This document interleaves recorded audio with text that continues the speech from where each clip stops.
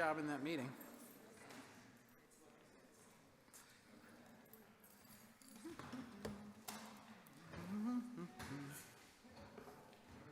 How you doing?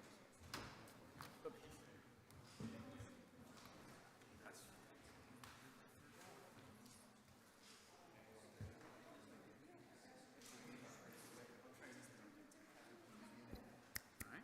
Perfect. Okay. Just give me the thumbs up when you're ready.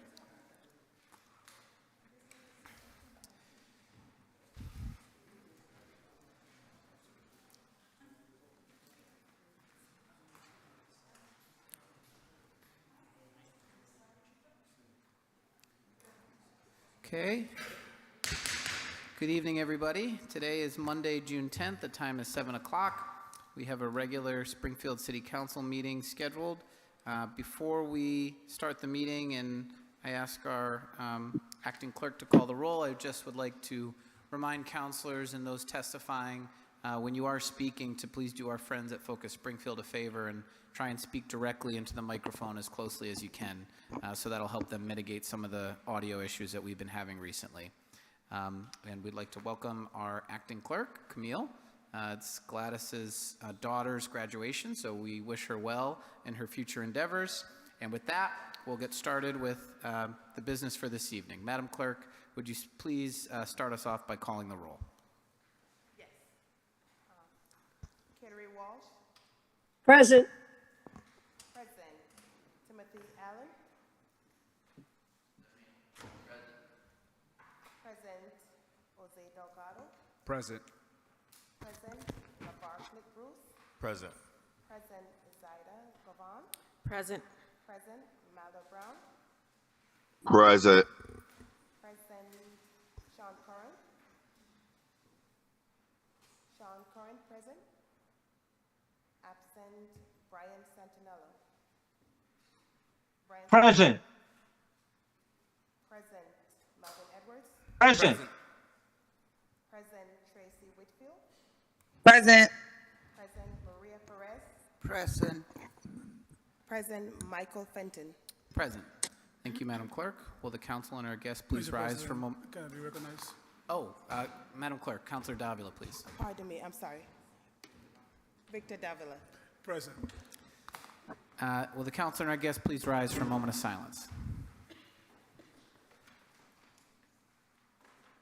Please remain standing for the Pledge of Allegiance. I pledge allegiance to the flag of the United States of America Flag and to is the the republic for which it stands, and to the republic for which it stands, one nation, God, indivisible, with liberty and justice for all. Okay, councilors, do we have any reports of committee this evening? Councilor Allen? I have one. Thanks, Mr. President. The Finance Committee met at 5:30 this afternoon. Councilors Delgado and Edwards, both members of the Finance Committee, were on the call, as well as, hold on one second. I think that was it. Was there? Councilor Fenton, you were on it for a little while. We went through the agenda, which included 6 or 7 general items, and then the rest of the agenda was CPA related, about 15 items. Agenda went really well. We had Bob McCarroll and Karen Lee there from the CPA committee, and they kind of led a discussion of the different projects. And all in all, we got through the meeting about 45 minutes, and we approved all the items. So the committee made a motion, and we approved all the items. Thank you, Councilor Allen. Any other councilors with committee reports? Councilor Davila? Thank you, Mr. President. Just to update the chambers that today the pilot revenue committee met.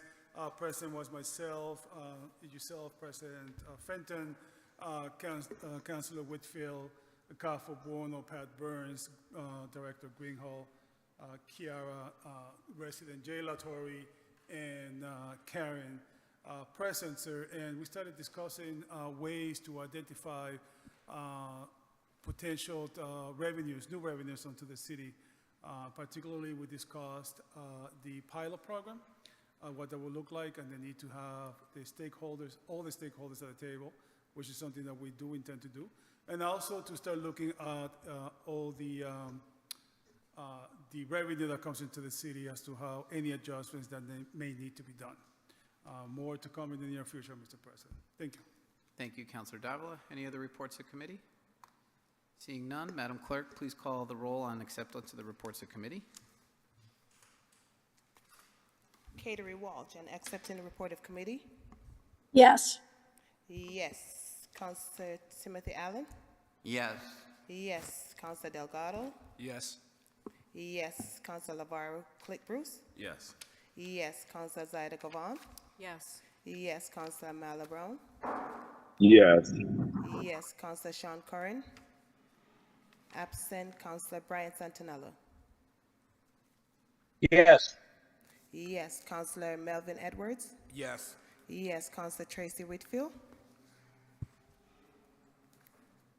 Councilor Whitfield. Yes. Yes. Councilor Maria Perez. Yes.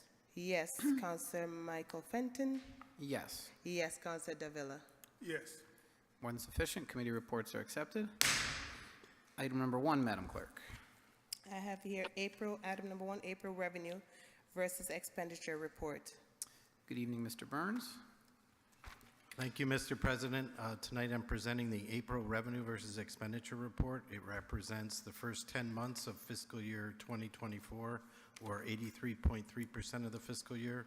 As you can see, our revenue is at $791.5 million, or 87% of budget. For the same period last year, our revenue was at $729.8 million, or 86% of budget. On the expenditure side, through the first 10 months of the fiscal year, we are at $725.7 million, or 80% of budget. And to compare that to last year at this point, we are at $675.2 million, or 79% of budget. Thank you, Mr. Burns. Any questions or comments for Mr. Burns? Seeing none, Madam Clerk, will you please call the roll on acceptance of the April revenue and expenditure report? Yes. Councilor Catering Walsh. Yes. Yes. Councilor Timothy Allen. Yes. Yes. Councilor Ozego Delgado. Yes. Yes. Councilor LeVar Click Bruce. Yes. Yes. Councilor Zaida Gavon. Yes. Yes. Councilor Mala Brown. Yes. Yes. Councilor Sean Curran. Absent. Councilor Brian Santinello. Yes. Yes. Councilor Melvin Edwards. Yes. Yes. Councilor Tracy Whitfield. Councilor Whitfield. Yes. I'm sorry, yes. Yes. Councilor Maria Perez. Yes. Yes. Councilor Victor Davila. Yes. Yes. Councilor Michael Fenton. Yes, more than sufficient. Report is accepted. Item number 2, Madam Clerk. I have here bond authorization, Dwight Street improvement, $1,933,330. Mr. Signoli. Councilors, good evening. Chris Signoli, DPW Director. In 2023, the DPW was awarded $966,000 by the Massachusetts Gaming Commission for the reconstruction of Dwight Street from Lyman Street to State Street. The project has been designed and is ready to go out the bid. The city, as part of the grant provided to the city, the grant is providing us 1/3 of the construction cost, and the city is providing 2/3 of the construction cost. Excuse me, we've estimated the project at $2.9 million. So to fill in the gap, we are asking for approval on a bond for $1.933 million. The project will consist of paving, but will also consist of bump outs, new trees, new sidewalks along the entire stretch of Dwight Street. There is another phase of that project that will be done in the Liberty Street area as well, but those funds are from a different source. And that project is scheduled to go out to bid this Wednesday with a bid opening of June 28th, with construction to start mid-July of this year. And I'm happy to answer any questions from the council. Any questions or comments for Mr. Signoli? Councilor Davila. Thank you, Mr. President. How you doing, Chris? Dwight Street, I might have missed it, but what's the length that's going to be done? I'm not sure of the total length, but it is from Lyman Street all the way to State Street. Basically, the arch, railroad arch, I shouldn't say arch, Right. but the railroad underpass at Lyman Street all the way down to State Street. And that's going to be paving, trees, and what else? Paving, trees, sidewalks, bump outs, excuse me, new crosswalks, bike lanes. The other item I neglected to mention, right now that road is 3 lanes. We're reducing it to 2, adding bike lanes, modifying the parking. We're not losing any parkings, just moving some of the parking around a little bit. And it is coordinated with the parking garage for the Mass Mutual Center. The entrance exit for the Mass Mutual Center garage primary will be on Dwight Street, not on Bruce Landon Way as it was in a previous version of the garage. The access on Harrison will also still be there, but we're doing it basically from the railroad underpass all the way to State Street. Right, Chris, I recall that I did express a concern about it being dark near the Mass Mutual, near Brandon Lane. Is that going to help out with the lighting as well? Yes, as well. We're going to be updating all the lighting down there through Eversource. They're going to be replacing all of the lights on Dwight Street eventually with all new LEDs. LEDs. Yep. And that's going, but is that LED going to be part of this bond?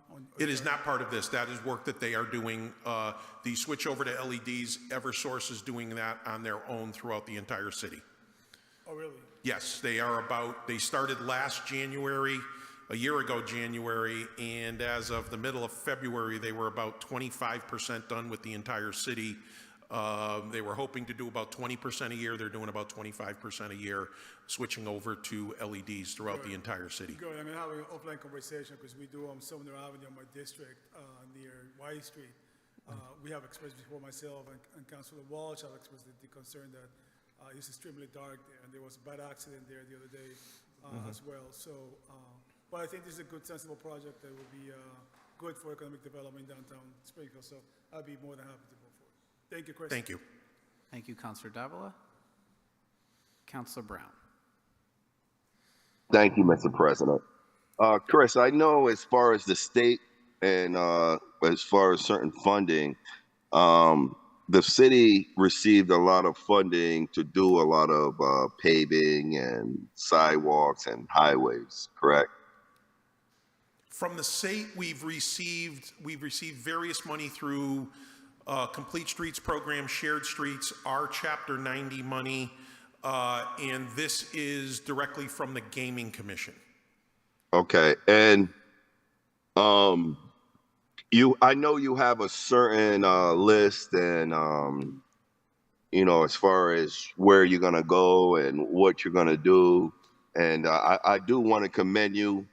Once we got the funding, you've been absolutely fantastic on redeveloping the different areas. I mean, if you look at my areas with the different the walkways and the different things that you're doing, I mean, I really do commend you on that.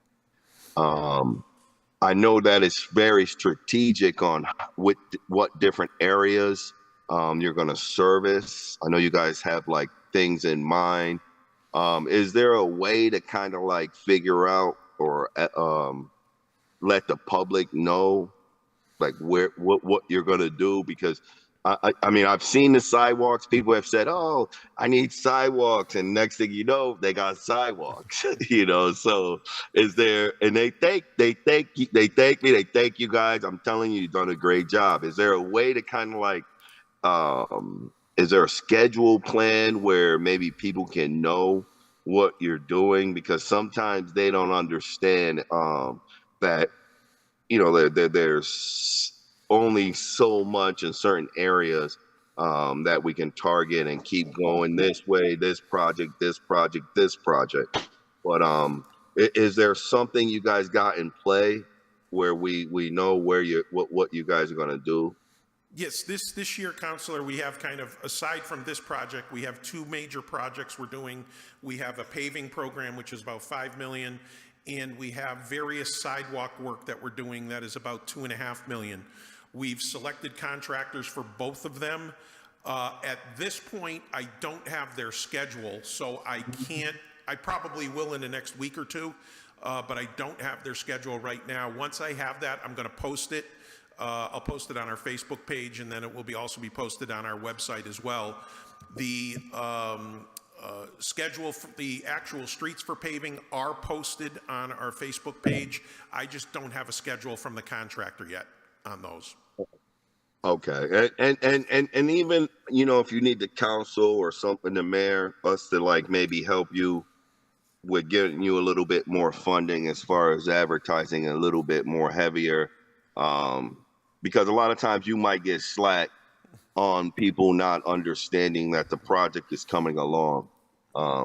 But as far as the new sidewalks, I want to commend you for that, and the paving, I want to commend you for that. I just would love to know when they're happening, and I know they've been happening, you know, so you've done a great job. But I would want to know how we can actually notify the public that it's happening. But continue to do a great job, and I thank you for it. Thank you, Mr. President. Thank you, Councilor. Thank you, Councilor Brown. Any other councilors? Councilor Delgado. Quick question. Is this part of the, you said this is part of the casino mitigation funds? It is from the Gaming Commission, yeah, the mitigation funds. Up to last year, we made applications on individual projects, and I think this was the last individual project that was funded by the Gaming Commission. Now that what they've done is they've allocated funds to the city, and we work out internally what we're going to be doing. But this was Gaming Commission funds. Applications had to be submitted. We have to do preliminary plans, estimates, and we submit that to the Gaming Commission. Yeah, but this was from the Gaming Commission. I want to say it was probably July, August of last year when the funds were provided, and we've been going through the design of it now and ready to go out to bid. No, I'm just glad that you guys have been aggressive on that, because I know at one point they were struggling to give out. The money was just accruing, and they were struggling. They were starting to get creative with the ideas. So I'm glad that we're continuing to be. We've obtained funds for DPW. We've got 1.5 million for Court Square. We got over $1 million for West Columbus Avenue. We did West Columbus Avenue over, and we have Dwight Street, and we are also having design in on Union and Maple intersection. That has been done, and we've submitted a construction grant application to that for another entity. So yeah, we've been trying to go after whatever we can from the state. And then the last question might be for Kathy or Pat in here. I guess just curious to know where we're at in terms of our bonding capacity for the city. I can't answer that. I know, that's why I'm looking at one of them. Thanks, Pat. Where did she go? She's hiding over there. Kathy or Pat, if you could help answer that question for Councilor Delgado. Right now, we have bonds outstanding totaling $241,289,000. And what's our capacity? Our capacity is actually $627 million. That's the 5% of the equalized value of the city. So, all right, thank you. Thank you, Councilor Delgado. Thank you, Councilor Delgado. Any other comments or questions regarding? I'll take that 400 million. Councilor Perez. I just want to say, Chris, thank you, because I know ECWA has been a forefront with the safety of State Street, and finally it's in the making. So, you know, there was so hope, and I know Betsy was in the forefront for this project. So thank you very, very much for expediting the project. Thank you. And just for everybody's purposes, the work on State Street, there is going to be a parking lot constructed between the library and St. Michael's Cathedral that should be starting this week or next week, and the actual crossing of State Street is starting July 8th. Thank you. Thank you, Mr. President. Thank you, Mr. Signoli. Councilor Govan. Thank you, Mr. President. Chris, I know you're not going to be able to answer this question, so probably Mr. Burns probably should come back up here. So this is, first of all, Chris, you're doing a great job. The streets are looking good. There's a lot of construction out there, the paving, and I can't wait till you get up to Berkshire Avenue. But Mr. Burns, so this is Gaming Commission money. I know that we've been talking for a couple of years now about MGM money and the money coming in so that we can use it, you know, for the residents to benefit from, especially with the property taxes. And I know it's June, but I'm going to talk about property taxes. So this is a portion of the money that's going to the streets, which is great. I'm glad that's happening. But how much money is in there from the MGM money, the tax money? Is that what we're talking about? And is some of that going to be used to help our residents with their property taxes? The fund, just before Pat answers the rest of that, the funds that are coming from this are not part of the annual funds that are provided to the city by MGM. This is part of a mitigation program that us and other communities that are impacted by the casino, I'm still trying to figure out how a lot of other communities are impacted by the casino, but so in the city, we've been made aware and have been giving a total amount of funds that we can go after. So these funds are from the community mitigation. They are not from the funds that are provided through tax or pilot payment in lieu of taxes on this. And I'll let Pat take the harder part of the question. Thank you, Chris. So the balance of the Community Development Fund, I believe it's called, is 12.2 million. We will be receiving another payment this year, or I'm sorry, in fiscal year 25. That usually comes in November. And in terms of how it's going to be used, I know that the CAFO's been working with the mayor and Tim Sheehan in discussions of what that money's going to be used for. Okay, I know that we did, when we passed the budget, we did talk about property taxes. So I'm just hoping that this will be at the forefront in any conversation that's being had. And I'll just keep reminding you guys about it. Thank you, Mr. President.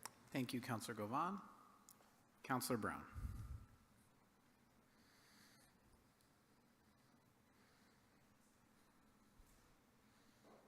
Councilor Brown? Okay. Councilor Santinella. Oh, can you hear me? Oh, I'm I here. can hear you. Go ahead, Councilor Brown. Hey, I just had a quick a thing why I got you, brother. Pastor Robertson over there on I want to say they're up on page. They need what the crosswalks and things. I know you guys are doing things with crosswalks. Is there a way that I can get a hold of you while I got you? I want to be able to worry about crosswalks and making sure that we get some of these crosswalks drawn in the different communities. Because I know a lot of people have concerns. Even if we can get lines, I don't know. I know that crosswalks are a real concern in just the different areas. And this is just going to a different church. It's Pastor Robinson's church. He just want to be able to have people be able to cross over safely. Yeah, Counselor, get in touch with me directly on that. We are doing, as part of the, I forget the name of the program, the funds that have been provided to the neighborhoods, the Neighborhood Enhancement Fund. We are doing a bunch of crosswalks on those. So get a hold of me if we can have that as part of the program. We'll be able to take care of that. Okay, thank you, Chris. I appreciate you. Thank you, Mr. President. Thank you, Councilor Brown. Councilor Santinello? You're on mute, Councilor Santinello. You're muted. How's it? Councilor Santinello has left. Okay, any other councilors? 2/3 majority is required for this bond passage. Councilor Santinello has returned. Councilor Santinello, did you have a comment you'd like to make before we vote on this? Yeah. Are all the sidewalks going concrete? I can't hear him. Can't hear you, Councilor Santinello. Could you please repeat that? Are all the sidewalks going to be concrete? Are all the sidewalks going to be concrete? All the sidewalks will be concrete on this project, yes. Okay, so how is this different than other projects that don't have concrete, they have asphalt? Why is that? The only time we put asphalt out is when we get a call for damage or a severe trip hazard, and we put asphalt out until it can be replaced with concrete. So new projects that we're doing, when we're doing paving projects or road reconstruction, are all concrete. And addresses that have asphalt are added to our employees list to get those put back in with concrete over a period of time. And if they are eligible under one of the programs that we do get funding for, such as CDBG, those get to the top of the list right away. So we try to get rid of the asphalt ones as quickly as possible. But on major projects, we do them right away in concrete. Thank you so much. Thank you. Thank you, Councilor Santinello. Seeing no further comments, Madam Clerk, please call the roll. 2/3 is required. Catering Walsh? Yes. Yes. Councillor Allen? Yes. Yes. Councillor Delgado? Yes. Yes. Councillor LeVar Bruce? Yes. Yes. Councillor Govan? Yes. Yes. Councillor Brown? Yes. Yes. Councillor Davila? Yes. Councillor Curran? Absent. Councillor Santinello? Yes. Yes. Councillor Edwards? Yes. Yes. Councillor Whitfield? Councillor Whitfield? I don't know this button. I'm sorry. Yes. Could you repeat Yes. yours? Yes. Thank you. Yes. Councillor Perez? Yes. Yes. Councillor Fenton? Yes, more than sufficient. Bond is authorized. Thank you, councilors. Thank you. Item Thanks, number Chris. 3, Madam Clerk. I have an order authorizing and approving the execution of a quitclaim deed for the disposition of certain real property known as Boston and Albany Railroad, located at Endy Street and Factory Road in Springfield, to Astra Chemical, Inc. Good evening. If you could please introduce yourself. Thank you, Mr. President. I'm Wilson Darbin with Economic Development. The item before you today is the approval of the transfer property known as Boston Albany Railroad. It's approximately 14,000 square feet at the end of Hendy Street under a rail bed. We put out the property to RFP. We received one bidder, Astro Chemical. Astro Chemical is the abutter of the property, and it seeks control of the property to assist the improvements or redevelopment plans that they have. They intend to invest $3.5 million and create up to 5 new jobs over the next 5 years. The property was assessed for $39,400, and Astro Chemical responded to the bill for $40,000. Any questions or comments from the council on this transfer? Astro Chemical is also here for questions. Thank you. Councilor Davila. Thank you, Mr. President. Thank you for your presentation. Actually, nobody from Astro Chemicals is present. You'd like to hear from Astro Chemical? Yes. Could a representative of the company please come forward? Thank you, sir. Please introduce yourself. I'm Bill Cunningham, Vice President of Astro Chemicals. Hi, Bill. All right. My apologies, I kind of look at you and just kind of talk into the microphone. Sure. So can you tell me a little bit about your plans for the property? The piece of property is a railroad parcel that was owned by CSX. And my understanding is the city took tax title of that maybe about 17 years ago. Some of the railroad tracks are, we'll say, in a little bad shape. We recently purchased a property adjacent to that, was the old East Springfield Oil. They had sold the property to somebody else. It stayed vacant for quite some period of time, had a little disrepair on it. It's kind of at the end of Shaw's Lane and adjacent to Factory Road. And we said, okay, there's possibility for of Astro's business to continue to advance in the Springfield area, so we made an offer to purchase that piece of property also. So between the East Springfield Oil property, which I think is marked as Hendy Street, but it's really Factory Road, in association with the parcel that the city has that belongs, that's railroad property, Those two pieces of parcel together will give us the ability to advance the acreage we have with a new structure and new opportunities for the products that we distribute in the Northeast. So are you, I'm not sure if you answered, thank you for that, I'm not sure that I understood if you answered my question on that. So what, are you going to be storing any chemicals there, or what? There will be some products associated with the food industry and products associated with the pharmaceutical industry. Okay. Okay, so there's nothing environmentally that we should be concerned about? It's just going to be storage, is that what you're saying? There's storage of general chemical products that are used on a daily basis, either for manufacturing of industrial, food, or pharmaceuticals. Okay.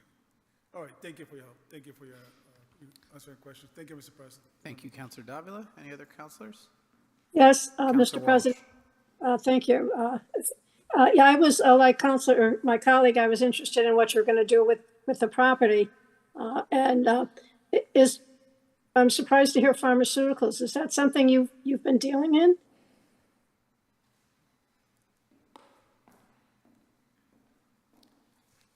Yes, I'm sorry, I yes, didn't realize you Counselor. were at the podium. I'm sorry.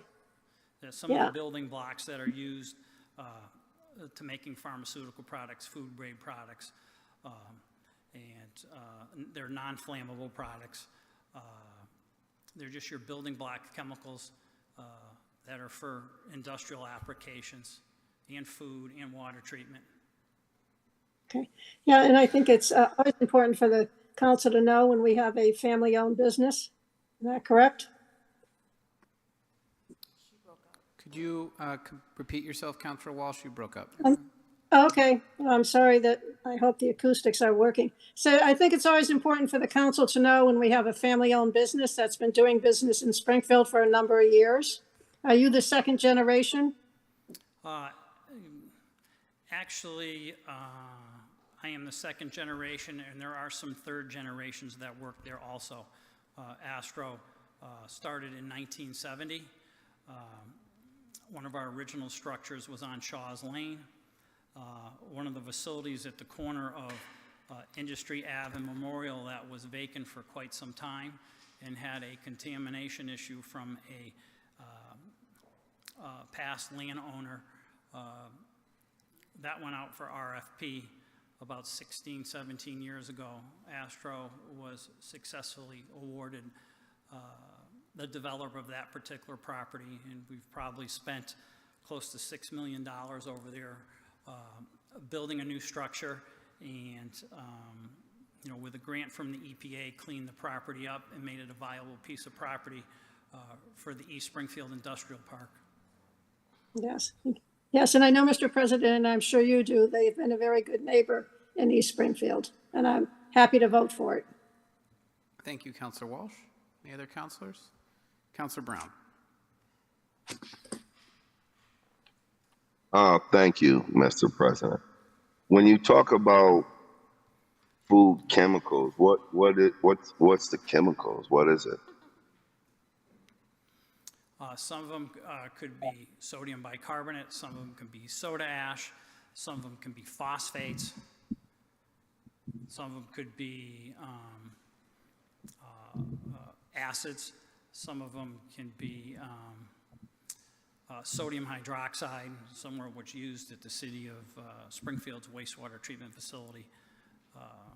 No, I'm talking about in the food, in the actual food. In the actual food products, those are items such as sodium bicarbonate, food-grade material, potassium sorbate, a lot of things that you see at in the supermarket in the back of boxes, sodium benzoate, citric acid, Yeah, ascorbic acid, which is vitamin C. And me being, I mean, you know, I've studied a lot of that stuff. A lot of that stuff is harmful to the human body.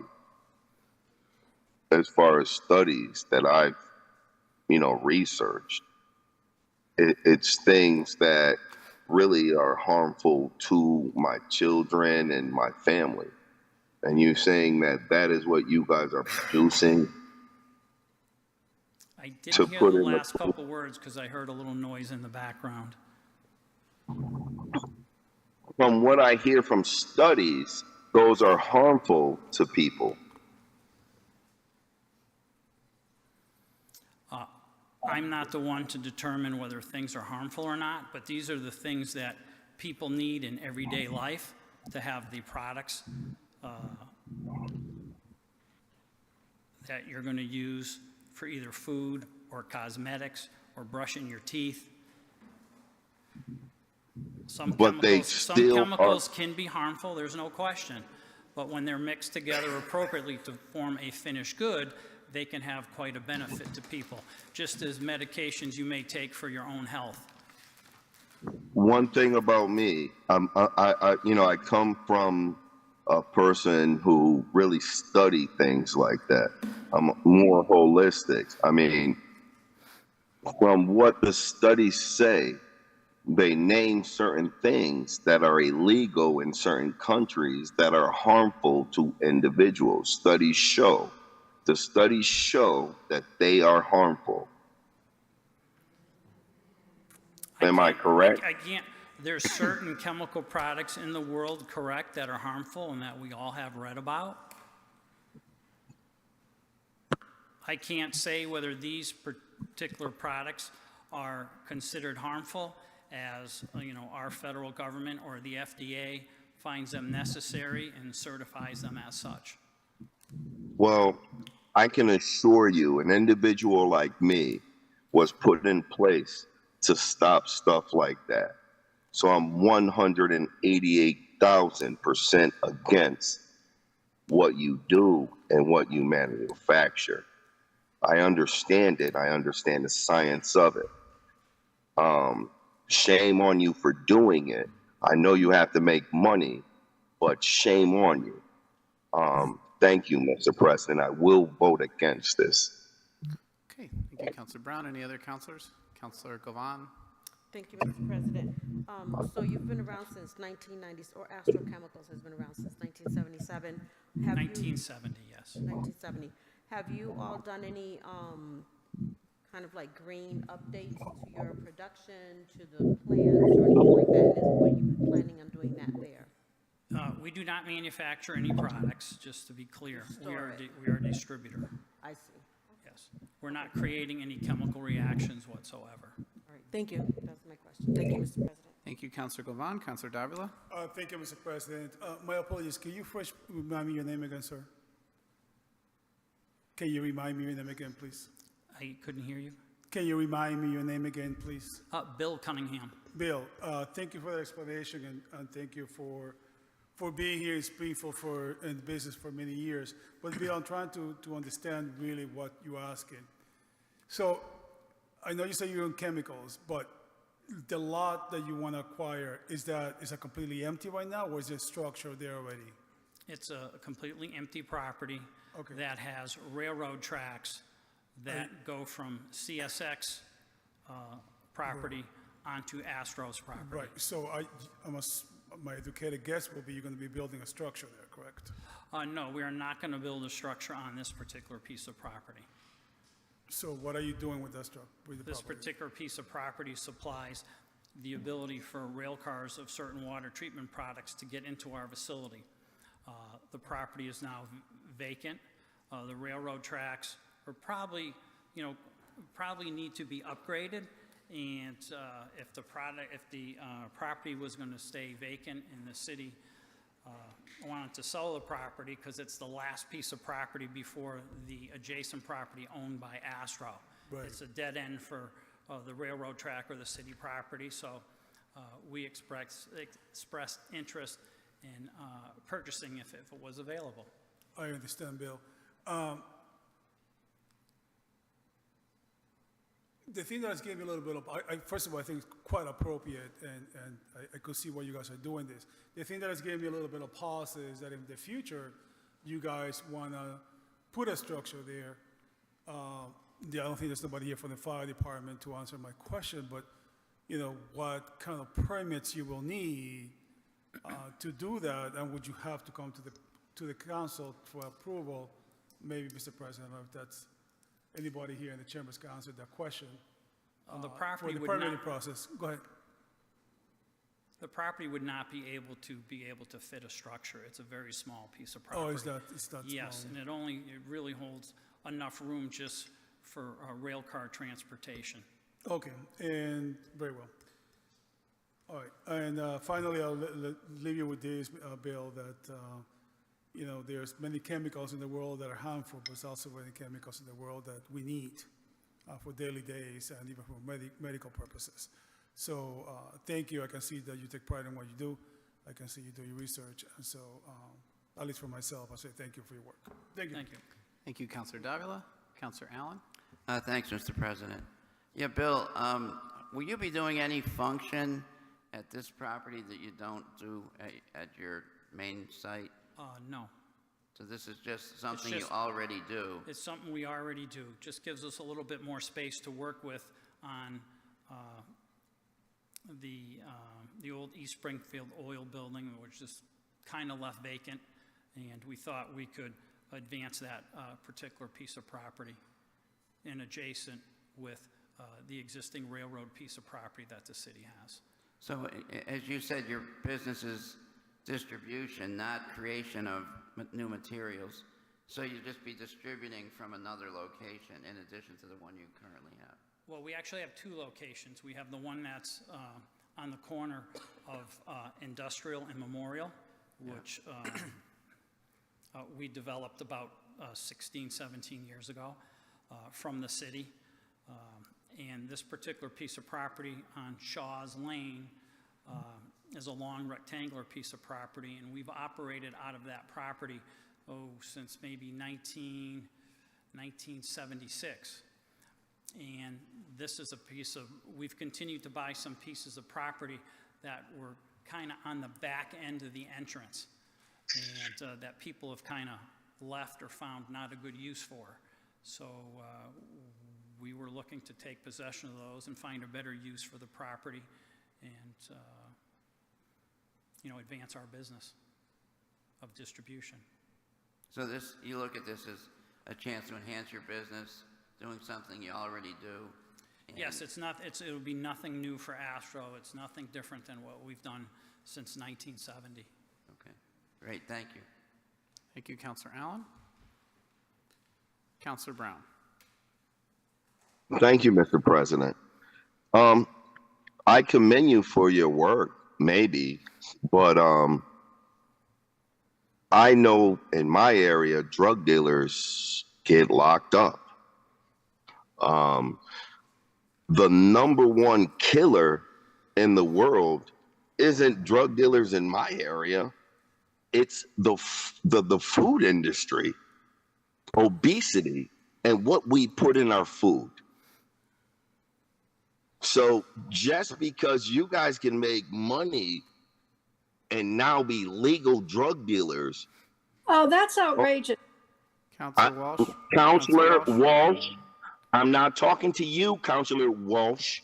I don't think you. Maybe you aren't from my area, Councilor Walsh. I've never seen you here, Councilor Walsh. Only during election time. Objection, Mr. President. Councilor, everybody hang on just a second. Councilor Brown has the floor. Councilor Brown has the floor. Maybe, isn't it Juneteenth? Isn't it Juneteenth? And I worry about the black people in my area.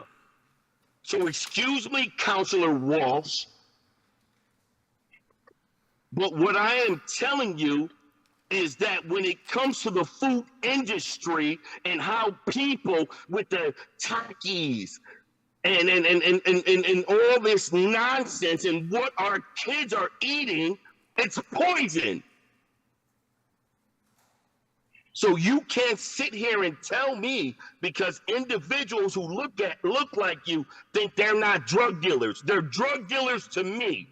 I don't look at people based on their skin color and their sexual preference. I don't look at that. And And shame on anybody who would sit here and they're drug dealers to me. So I do not need to be corrected. All I need to know is why are we sitting here? What are the chemicals you're putting in the food that you are peddling? What are the name of the chemicals again? For the public to know? May I hear it? What are the name of the chemicals that you are selling? We sell sodium hydroxide, we sell phosphoric acid, we sell trisodium phosphate, we sell citric acid to the beverage industry. There's a variety of products that we sell. I know you're... and you do know, and excuse me, and you do know they're harmful to the public, yes or no? Based on studies. I don't think I'm the one to answer that. I think the Food and Drug Administration is someone who has a lot more authority on these particular products than I do. We do not distribute anything that is illegal whatsoever. These products are all certified by United States Pharmacopoeia or the Food and Drug Administration. These are the products, and I know food is one of our industries. But one of the other products there is sodium hydroxide that we deliver to the city of Springfield. Are they harmful? Are they harmful? Excuse me. Are they harmful to individuals? Yes or no? You need to define what harmful is. For the public, Google what does it affect genetics? Does it burn? Is it flammable? You would need to be specific. But I'm specifically. Hold on. Excuse me, sir. Specifically, it kills people more. What you are doing kills people more than any other thing in the world. There's other nations who have banned those type of drugs. So shame on you to sit here and play around. You know what I'm talking about. Thank you, Councilor Brown. Thank you, Mr. President. Thank you, Councilor Brown. Any other councilors? Okay. Seeing none, Madam Clerk, will you please call the roll on the real estate transfer? Councilor Walsh. Councilor Walsh. Absent. Councilor Allen. Yes. Yes. Councilor Delgado. Yes. Yes. Councilor Bruce. Absent. Councilor Gavan. Yes. Yes. Councilor Brown. Hell no. No. Councilor Davila. Yes. Yes. Councilor Curran. Yeah. Yes. Yes. Councilor Curran. Yes. Yes. Councilor Santinello. Yes. Yes. Councilor Edwards. Yes. Yes. Councilor Whitfield. No. No. Councilor Perez. Yes. Yes. Councilor Fenton. Yes. More than sufficient. Item passes. Mr. President, I just unmuted myself. Oh. I'd like to be recorded as yes. Yes, please record Councilor Walsh as yes. She was trying to Yeah, get I off of mute. couldn't last unmute. vote. Thank you.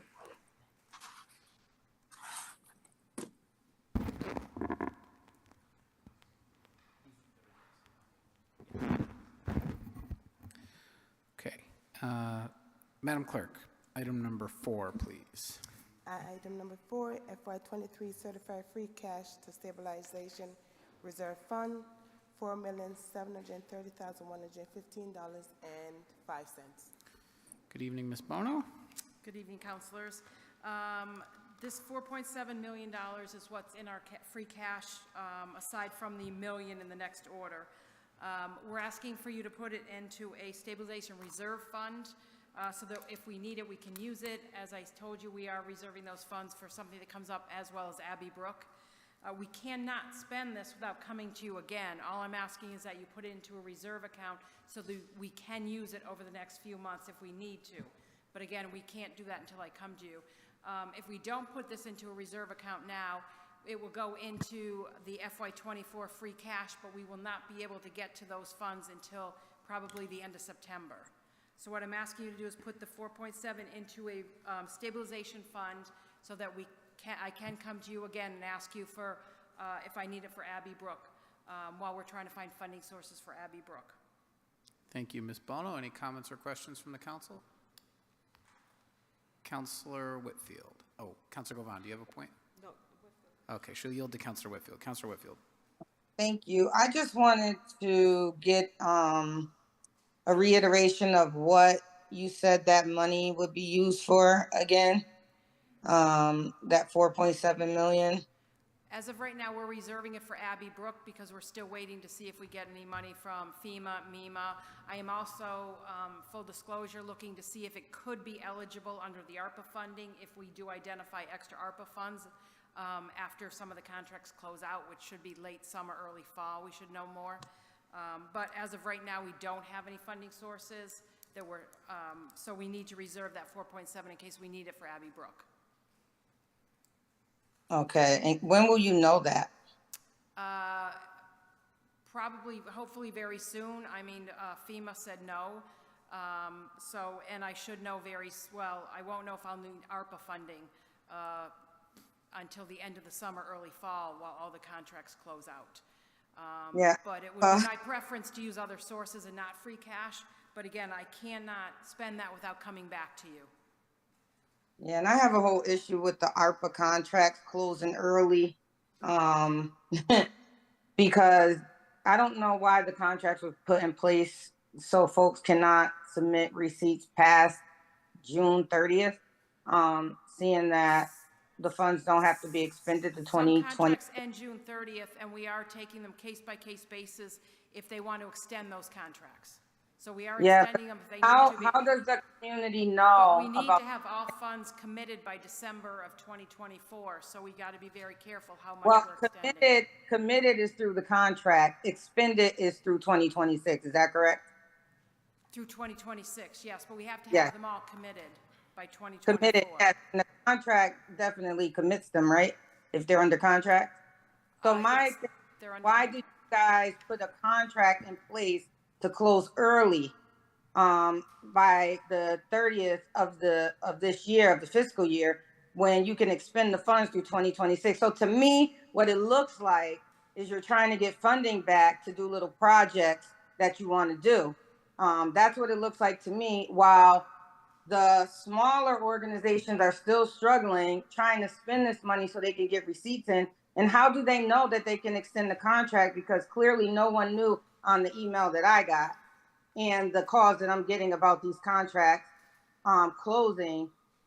No one knows that they can get an extension unless they write an email or call, and the folks that don't do that just have to give the money back after they have plans for the funds. I'm sorry, Counselor, I only heard half of what you said. You were going in and out. Okay, let me try again. The contracts are through June 30th of 2024.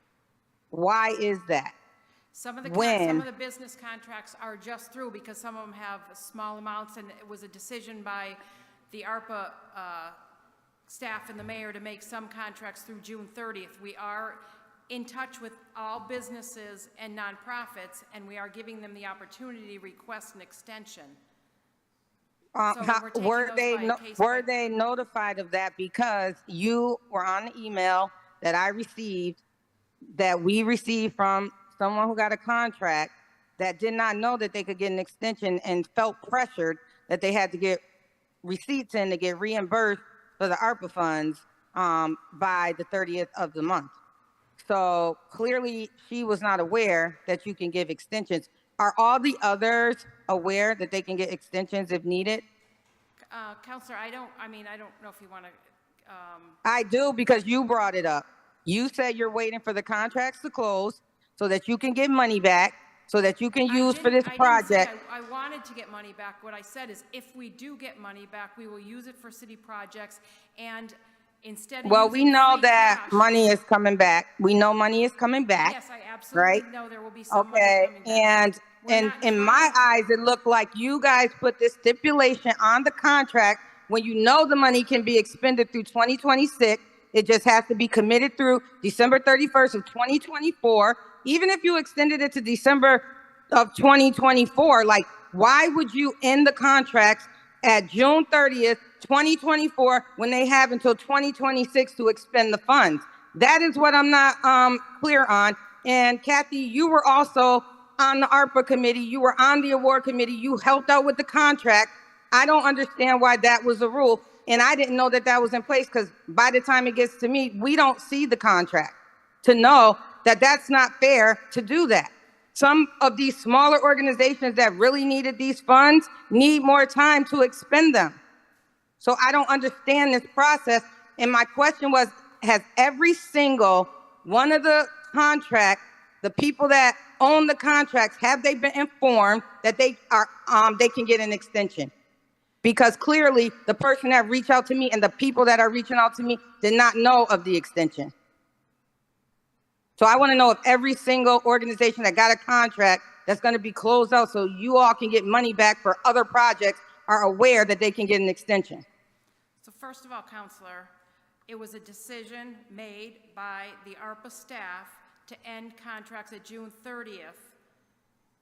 Because okay, that's clear. You said that before, but it's still not answering my question. Counselor, can I finish? I wasn't finished. Okay, I don't need you to reiterate what we already went through. I just want to answer to the question that I asked. Does everyone know that their contracts can be extended if needed? That's the only question. I can't stand up here and say I know for a fact that every person knows that. What I do know is that all our project managers who are overseeing those contracts with businesses and nonprofits are in touch with them all the time, asking them if they are going to spend the money, how they're spending money. We have people that have spent nothing, and those are the people we're pressuring. Do you still intend to use that money? We've had people come back and say, no, we are not. So we are going one by one with those businesses and nonprofits to figure out what they need, if they need to extend it, if they need to change their budget, what they need those funds for. And we have staff members working every day. Can I stand up here and say that every single person that's under contract right now has been personally told that they can ask for an extension? No, Counselor, I can't do that. Well, that should have been in the form of the email when your staff or whoever sends out those emails to tell them that they need receipts or they're going to lose this funding by the end of the month, because I've seen the email. There was no mention of any extension being offered to any of these organizations that can possibly get an extension on the funds. Nothing has been sent out like that, because I saw the emails that go out. I've been getting many complaints on how Lori Shabelli specifically has been treating these business owners in the Black community. I've been getting so many emails and concerns about that. And now you guys are trying to take away funds that's in their contract to use for special projects. This is what I'm getting. And I wasn't going to bring this up today, but you brought it up. You said when we get money back from the contract, the ARPA contracts, we can possibly, or you're looking into using those funds to pay for Abbey Brook if possible. And so that's why I'm asking these questions right now, because I don't think that's fair when these folks should have had till 2026 to expend those funds. But the internal staff of City Hall made the choice to end it by June 30th. Why? Because you want to take some of the contract money back and use it on special projects, just like you said. And I think that that needs to be investigated, and we need to get down to the bottom of that, because that should not have been an internal decision when they had until 2026, December 31st, 2026, to use these funds. So thank you for letting me know that you don't know if everyone has been told that they can get an extension if they want to. And for those who can't use it, don't want to use it, don't want to go through the hassle or the headache that they have to go through just to get these funds, I totally understand that. I totally understand that. But for those that really needs it and wants to use it, they should at least be told that they can get an extension. So when you're looking for Abbey Brook funds, maybe try to look for doing the right thing with the community that are under contract already for these ARPA funds instead of looking to get it back to use it for Abbey Brook. Because we clearly got the money in free cash. So we won't look Thank at Thank you, Mr. President. That's all I have. Thank you. Thank you, Councilor Whitfield. Any other councilors? Councilor Govan. Thank you, Mr. President. Kathy, you know I'm going to ask you about free cash and taxes. So I understand that this is being put in the stabilization reserve fund, correct? And it's just in case Abbey Brook needs it. Yes. Okay. So, and then the next item is also free cash. So again, you know, I want us to make sure that we remember, you know, the homeowners that are suffering from the increase in taxes that we had over the last 5-10 years.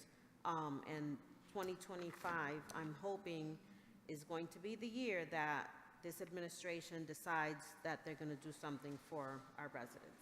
I understand that, you know, Abbey Brook does need to get repaired, and I want it to be repaired. I don't want it to stay in the way that it's in, but I just want us to be aware of that.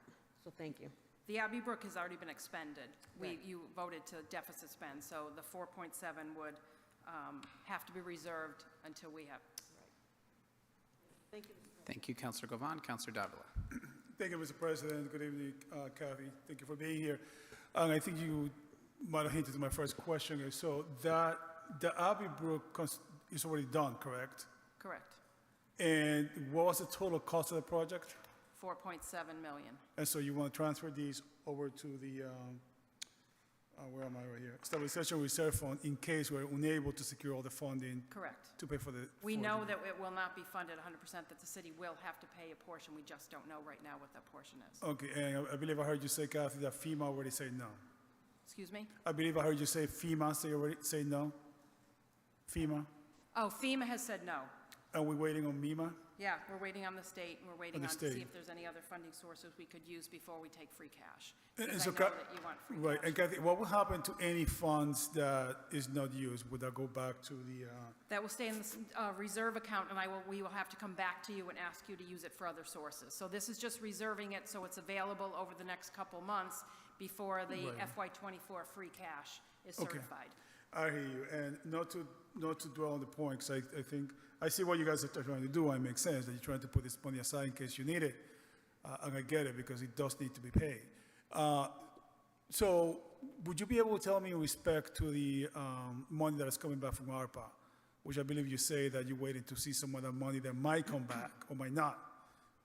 I'm not trying to take back money. No, I understand that, Kathy. I understand that very clearly, Kathy. You're not trying to take the money back.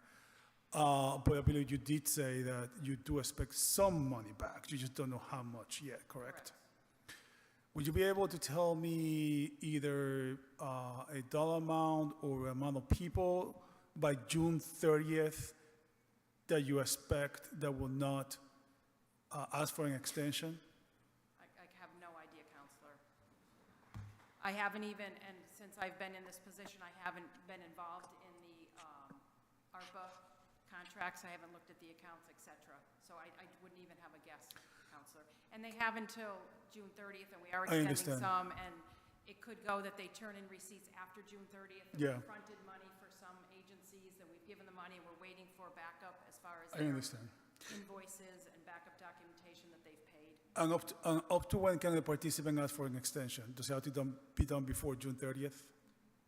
If they, no, the extension doesn't have to, they just have to request it and work with their project manager that they want to extend it, you know, and then we can do that. But that doesn't have to be done by June 30th. We can do that into July.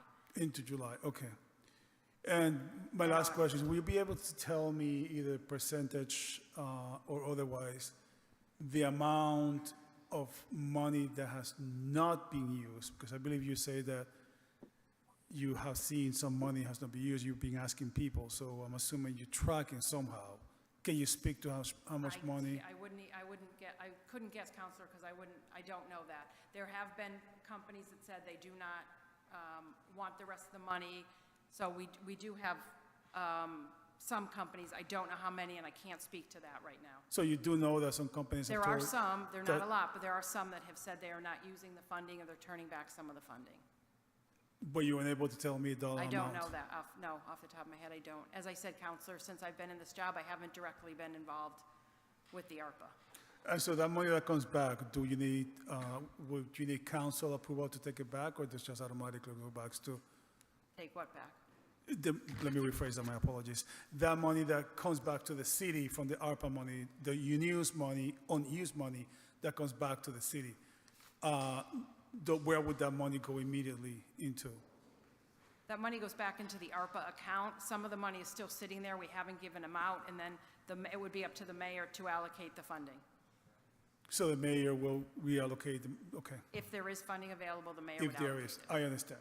All right, thank you, Kathy. Thank you, Mr. President. Thank you, Counselor Davila. Any other counselors? Counselor Yes. Brown. Counselor Brown, followed by Counselor Whitfield. Thank you, Mr. President. I support both, but I have to say that I do support my colleague, Counselor Whitfield, and truly understanding. Is there a possibility to give a extension or anything as far as is there a way we can give a list to some people? Because it was created to help people. So if they haven't been properly notified, is there a way where we can put something together to make sure that they have access to get those funds? So I can speak to the ARPA office, and we can try to reach out to the people that are unable to spend their funds. A majority have been spending their funds, but again, I haven't been involved, so I will absolutely talk to the staff that's overseeing the ARPA and see if we can put something out. Okay, and that's really, one of my biggest concerns, because we want to make sure that sometimes certain demographics aren't able to properly access, the finances and things. So I just want to make sure, based on resources and things like that available to them. So I just want to make sure that, we do our due diligence as a city to make sure we use that extra funding maybe to let them know some of the things that are coming down the pipeline. Is that something that we can maybe put into place or target in certain districts and, certain areas? I mean, because there's certain people, believe it or not, who really don't know what's going on. So is this for future funds available, Counselor? Counselor Whitfield, I can assure you she spoke on it. What Counselor Whitfield is speaking on. Sometimes when it comes to notifying people, sometimes it's a certain demographic that needs a little bit more. I don't know. It's just they're not getting the information. But I'll yield, because I know Counselor Whitfield will speak on it, but I'll yield to Counselor Whitfield. Thank you, Mr. President. Thank you, Counselor Brown. Counselor Whitfield. All right, I'm going to be brief, Mr. President. Kathy, can we get a list of, because you guys must have a list of organizations that you're reaching out to try to get the receipts in. I just want to know who's been reached out to, because when you guys sent us the information saying that all the ARPA funds were spent, that's not true. They weren't spent. They were committed. They're not all spent. There is money still in the ARPA account. I asked for the balance in the ARPA account, and I guess you guys sent me a list saying that it's all committed. And while it's committed in different programs, it's not spent. And it might be committed under a program, but not committed to organizations. And I had asked Lindsay at that time, even though you have the money committed to different programs, does that mean that it's committed on the federal level? and I was supposed to get an answer to that, and I never did. So even though it's committed under, let's say, Build Back Springfield program, it's not committed to an organization. There's no contract for it. So does that mean that it's committed at all? Or does it Sometimes have to there's go- not a contract, there's an award letter, and we're working Mhm. to contract, There's an award letter to who? to the individual, the business, or Mhm. that the developer that we're doing business with. The first thing is the award letter, and then we work through the contract process. Right. So you guys sent us a spreadsheet, and it had it had funds committed in all these different programs, right? But not committed to a particular business. And then it said ARPA balance, and it was like 0. And I'm like, it's not 0 because I know all the funding's not committed. I know it's not all committed. You guys just put it in different program buckets and said that it's 0 ARPA funds left, but it's not all committed out. I want the true balance that's in the ARPA account. I don't care if it's committed or not. If it's not under contract, if it's not under award letter, I want to know what that balance is. I also would like a spreadsheet of the list of contracts that have not been fully paid out, where they are in the process, and if they have been notified that an extension can be made. That list would be very helpful also, because I do think that when the communications went out, that it should have been made known to these business owners that if they have not expended all the funds by the 31st, that they could request an extension, just like before when they could do appeals if they were denied. That wasn't written into the communication at first until afterwards. And I think that it's always an afterward situation, kind of like once we find out and make noise about it, and then it gets corrected. And I don't think that's the right way to do things. We should tell our community the truth and what they can do all up front. And I want the truth on what's currently sitting in the ARPA account that has not been committed to any organization. I don't care if it's committed to a program. If it has not been committed to an organization, if there's no award letter, that means it's not committed funds. Those funds have to go back to the state at the end of this year if they're not committed to something. And so I want to know what that amount is. If you could get that in the list of the awardees that may need an extension, that would be very helpful. Thank you, Councilor Whitfield. Any other councilors? Councilor Delgado, followed by Councilor Click Bruce. Thank you, Mr. President. Just had a couple quick questions. First one is, I do plan to support the Abbey Brook transfer. I am curious, though, depending on what happens in terms of what kind of funding we do get, what happens to any potential excess cash that is not spent on Abbey Brook? That will be in the reserve account. We would have to come back to the council to use it for anything. Before the end of the fiscal year? Before that can be used. Okay. The 4.7 will sit there, and then even if I'm going to use it for Abbey Brook, I have to come back. Okay, so. It's just to put it into reserve account to be able to use over the next 2 months. Perfect. And so it doesn't just roll into the FY24 free cash, which won't be certified until September. Got it. And then my other question is, I do support what Councilor Whitfield is stating in terms of, one, understanding what we have left in ARPA funds, but also, two, the most important part that she mentioned, too, was ensuring that any ARPA awardees have knowledge of any potential extension. I think that is a very fair point, and I want to just kind of double down on that. But I guess my other question is, and I'm assuming that your team is doing this because these dollars have to be obligated by December 31st of this year.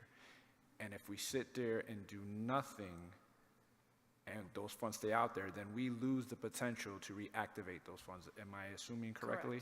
Correct. Okay.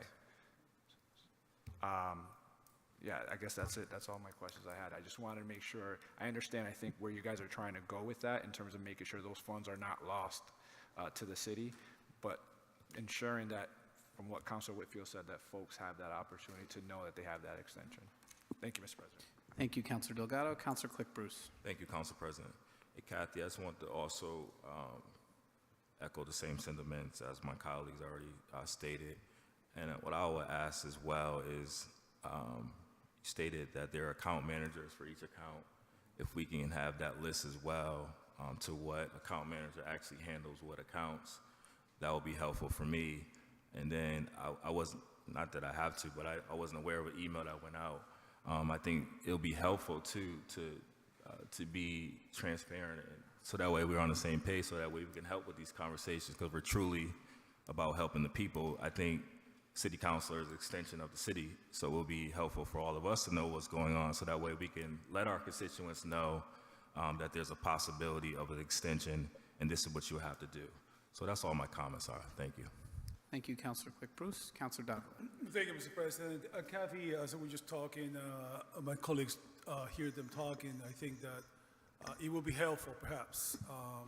This might be more work for you and your team, but as we move forward and we progress with this, if you could give the council an update on the status of the people who have requested an extension and the amount of money, if any, that has come back, to sort of keep us in track for the sake of full transparency, so that we know exactly what's going on. I think it will be keeping everybody singing out on the same page. Will be very helpful. Do you think that can be done, Kathy? Yeah, well, I mean, we're going to have to put something together for the council. Yeah, some sort of report that tells but us. I mean, there's a lot of information you're asking for, and it's not easily pulled I together. understand. The way you do it, so we will do the best we can to pull that It's information kind of like a together moving for you, but target. it's an ongoing, and there's a project manager for every contract, and it's an ongoing process, and we are Right. trying to work with them. Okay. So, Yeah, no, I realize it's kind of a moving target. I realize that we're talking with a lot of participants, but I do think, however, that it will be helpful so that we all know exactly, again, that we're all talking out on the same page, that we know exactly as we progress, that the council is made aware on the report. If that can be done monthly, that would be even better, in my opinion. I look forward to see what you put out on that, Kathy. yeah, I can't commit to any, I have to work with the staff. I said, we'll do the best we can, and I said I've been out of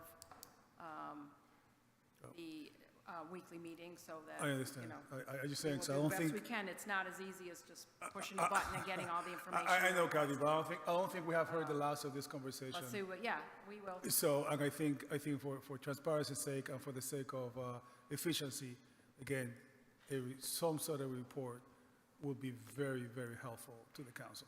Thank you. Thank you, Kathy. Thank you, Mr. Councilor President. Davila. Councilor Govan. Thank you, Mr. President. And since we're talking about ARPA, I guess putting that information on the city's website, I think would be helpful. I don't know if it's happening or not, but I think I have a few businesses in my area that have gotten some ARPA contracts, I guess, because they haven't gotten the money yet, but, you know, they're having a hard time because they're not city, you know, administration people, they're business people, and they're having a hard time, you know, trying to go by the guidelines, so they probably need more time to be able to do that with the money that is going to be reimbursed to them. So that's an issue. And then I'm thinking of all the neighborhood councils where we got that $100,000 for each neighborhood council. So if I heard you correctly, if, say, all the neighborhood councils don't use that money, like, say, only half of them do, so that means that maybe $500,000 is going back into the ARPA account, correct? So you have to have that $500,000 under contract before December 31st. We have to have it committed to another program Committed to or another project, program before yes. that. So that's why we're trying to figure out. Yes, I think it'd be really good for us to get that information and maybe for you to start looking at that, because we only have 6 months to December 31st.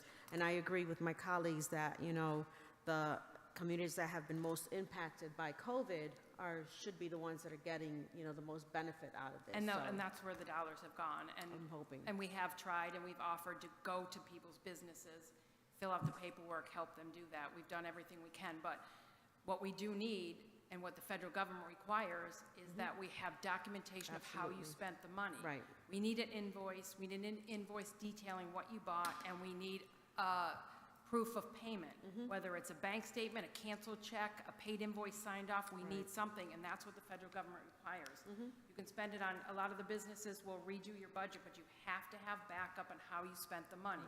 So we'll advance you some, but then you have to show us how you spent it. It can be spent, but you have to show us. Absolutely. No, that makes sense. That's what we're requesting from people. Okay, and again, you know, I know Councilor Whitfield and myself, we went out on a ARPA tour when, you know, the funds first were made available to let the community know about the funds and about how they can apply for them. So if there's any way that we as a council, me personally, can help out in any way, you can just let us know. Thank you. Okay. Thank you, Mr. President. Thank you, Councilor Govan. Mr. President. Councilor Perez. Yeah, I just have a question. For those neighborhood that has not spent their money, those are gonna be extended as well? The neighborhood councils? I would assume they are going to. A lot of them, when I left, weren't even under contract yet, and that's what they were struggling with, trying to get them under contract. So yes, they'll be given them extra time. What we have to also struggle with is to make sure that people are under contract, but then they can spend them by 2026, so that we're not turning back any money to the federal government. Right. So there are timeframes we have to follow. Okay. Thank you, Mr. President. Thank you, Councilor Perez. Other councilors? Councilor Whitfield. I just want to know if we're getting a report or not, because I don't know. We've always gotten any reports that we asked for, and if these contracts are assigned to a representative, then we should be able to get the report. They all have the contracts that they're working on.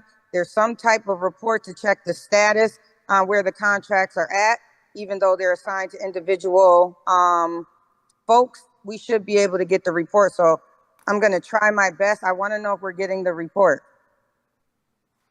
So councilors, if you would send me an email to exactly what reports you're looking for, and I will do my best to get those reports, let you know which ones are available, and when I can get them to you. But Okay, if you that's could detail out exactly what you want, just to make it so I understand exactly what you're looking for. sure. But just for the record, because this is a recorded call, we are looking for the contracts that needs to bring receipts to you or send in receipts to your finance team. We need to know who they are, if they have been told that they can get an extension, and who the contracts are assigned to in on the finance team. That's the information that we're looking for. I can send that in writing to you tonight. And then Thank you, Councilor. that would be helpful, just because we have to manage the community when they're getting these type of communications from you all, and then they're blaming us like, oh, we thought we had until 2026, because when Councilor Govan and I were on tours, that's the information that we got from the federal government, from City Hall, that this has to be contracted by December 31st and then expended by 2026. And then what happened was all these rules changed in January and December of last year. The rules just started changing when folks can put in applications and this and that was not what they were originally told. They were told that they can put in applications until 2024, and then suddenly it was stopped by the administration. And so these things just continue to happen over and over again, and I don't think that's fair to the community to say one thing and then do something completely different. And this will be kind of like the third or fourth time that this has happened since ARPA came to the community. And I just think that at some point we got to learn a lesson and do better by our community and just give them all full disclosures and full details up front and try to figure it out that way. And I can, Councilor Click Bruce, share the email that I received from someone who was asking for an extension or couldn't produce the invoices in the amount of time that they were requested, just so you could see the communication from the beginning. It's just like, get these receipts in or we're going to close your contract by June 30th. I just want us to be transparent to the community and do the best that we can for the community, because clearly these folks went through hoops, some of them, to get this money, to get these contracts, and still going through hoops with some rude staff, I might add. And I keep getting the same complaint on the same person all the time. And so I just want to make it clear that we need this information, and we also need fair communication to go out to folks who have contracts. Thank you, Mr. President. That will be my final comment on that. Thank you, Councilor Whitfield. Any other councilors? Okay, seeing none, Madam Clerk, please call the roll on the transfer from free cash to stabilization reserve. Councilor Walsh. Yes. Yes. Councilor Allen. Yes. Yes. Councilor Delgado. Yes. Yes. Councilor Click Bruce. Yes. Yes, Counselor Gavon. Yes. Yes, Counselor Brown. Yes. Yes, Counselor Davila. Yes. Yes, Counselor Curran. Yes. Yes, Counselor Santanella. Yes. Yes, Counselor Edwards. Yes. Yes, Counselor Whitfield. Yes. Yes, Counselor Perez. Yes. Yes, Counselor Fenton. Yes, more than sufficient. Transfer is approved. Item number 5, Madam Clerk. I have here transfers FY23 certified free cash to FY25 estimated revenue of $1 million. Okay, Ms. Bono. Councilors, this is the transfer, the commitment that the mayor made to use $1 million toward tax relief. At the budget hearing, he announced it, and this is to put the $1 million as a starting point is when we go to set the tax rate. This is what's available right now in the free cash to commit, and this is just putting it toward the FY25 estimated revenues. Thank you. Any questions or comments? Councilor Govan? Just one. Thank you, Mr. President. And again, Kathy, I know that this was a start. The mayor committed to this being a start, and then hopefully in the future we'll be able to do more for the community. So thank you for that. Definitely vote yes for this. Thank you, Councilor Govan. Any other councilors? Councilor Davila? Thank you, Mr. President. Kathy, I will be, of course, voting in favor of this. But just to be clarified, I think this is $1 million, and we did talk about an extra $750,000 that's going to go towards tax relief, correct? Can you repeat that question, Councilor Davila? Oh, I would love to. Speaking to the mic. Hard to hear you. Oh, okay, leaning to back. Much better now? Okay. Yes. Yeah, so Kathy, I will be, of course, I will be voting for this. But just to clarify, this is $1 million plus $750,000 from the positions that we, the cuts that we made that is going to be going towards tax relief, correct? The 750 was from vacant positions. Yeah. And we're working on the mechanism, but that's going to be from vacant positions we don't fill throughout the fiscal year.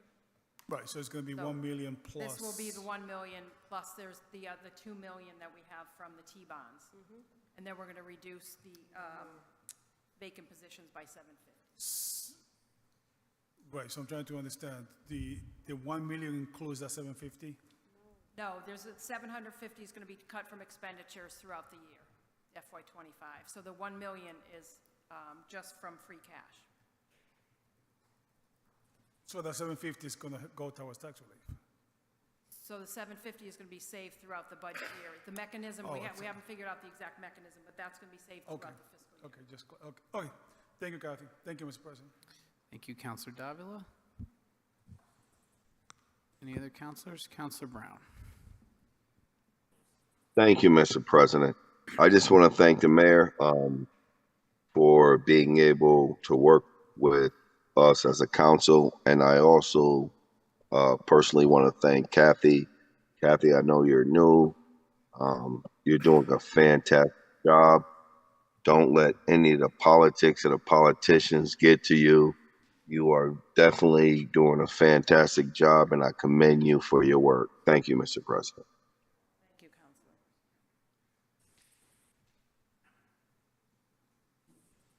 Okay, thank you, Councilor Brown. Councilor Santinello. Councilor Santinello, you are on mute. How's that? Much better. Yeah, Kathy, the $1 million, that's applied towards the business and residential tax rate, and how's that going to be broken down? We can't do it at this point. It's too early in the process. But right now, it's just going to be used to reduce the tax rate, and unfortunately, it's going to have to.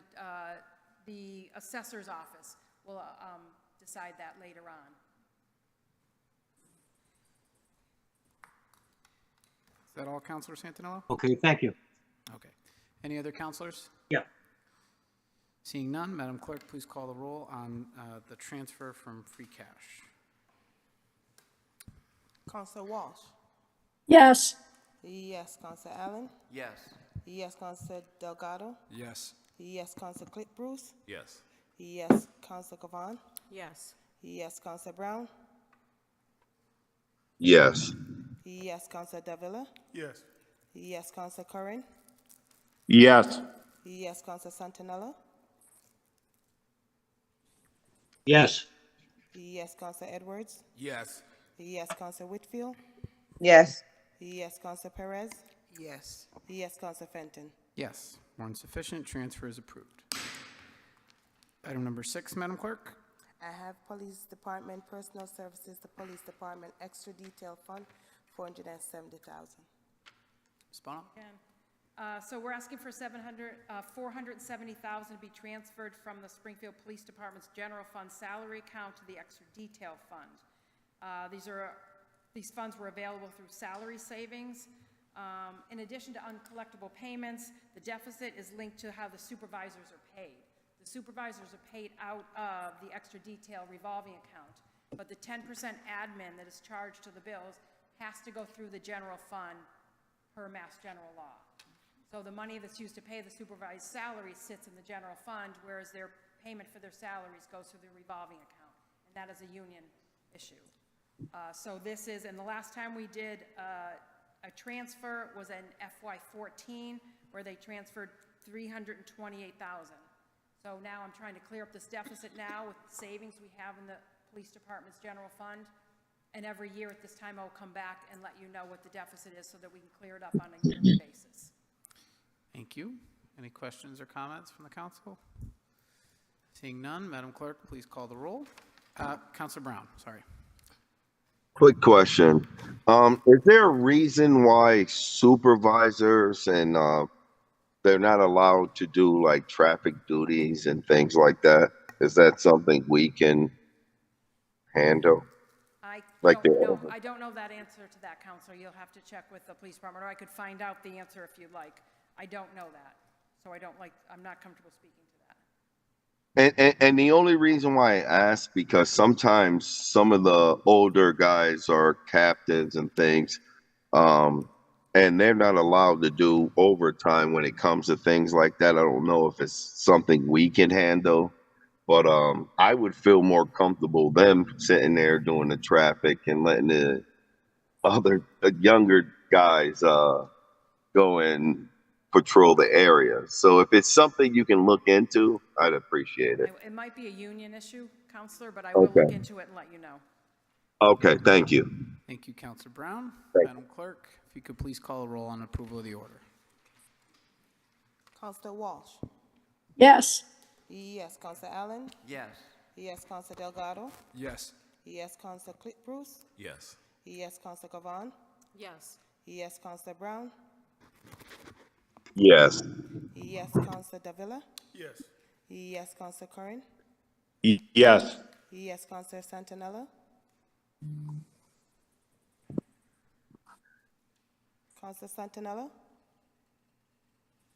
Yes. Yes, Council Yes. Edwards. Yes. Yes, Council Whitfield. Yes. Yes, Council Perez. Yes. Yes, Council Fenton. Yes, more than sufficient. Order is approved. Item number 7, Madam Clerk. I have here budget transfer across department, $32,500. Ms. Bono? This is a transfer from reserve for contingencies for 2 departments. The first one is for the City Council, Personal Services, the transfer for $2,500. And this is when we were doing salary projections, there was a shortage of $2,500, and those were stipends for the City Council staff. So we need an extra $2,500. Any questions or comments from the council? Madam Clerk, please call the roll. I think we have to take this in total. Excuse me, Ms. The Bono? second, that was only for $2,500, then there's another $30,000. It's one item for $32,500. Right, so it broke down 2,500, and then the other 30,000 was for procurement office advertising. We misestimated last time I was here last week, so we do need another 30,000 in the advertising account for procurement. So that equals the whole 32,500 transfer we're asking for. Thank you. So this vote is on the full $32,500 transfer from reserve from contingencies. Seeing no comments, Madam Clerk, please call the roll. Yes. Council Walsh.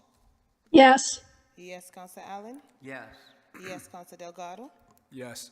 Yes, Council Bruce. Yes. Yes, Council Gavon. Yes. Yes, Council Brown. Councillor Brown. Absent. Councillor Davila. Yes. Yes, Councillor Curran. Yes. Yes, Councillor Santinello. Yes. Yes, Councillor Edwards. Yes. Yes, Councillor Whitfield. Yes. Yes, Councillor Perez. Yes. Yes, Councillor Fenton. Yes, more than sufficient. Transfer is approved. Point of order. Point of order. Counselor Brown. May I be recognized? With a yes. Madam Clerk, will you please recognize Counselor Brown as having voted yes on item number 7? Yes. Thank you. Thank you, Thank Counselor you. Brown.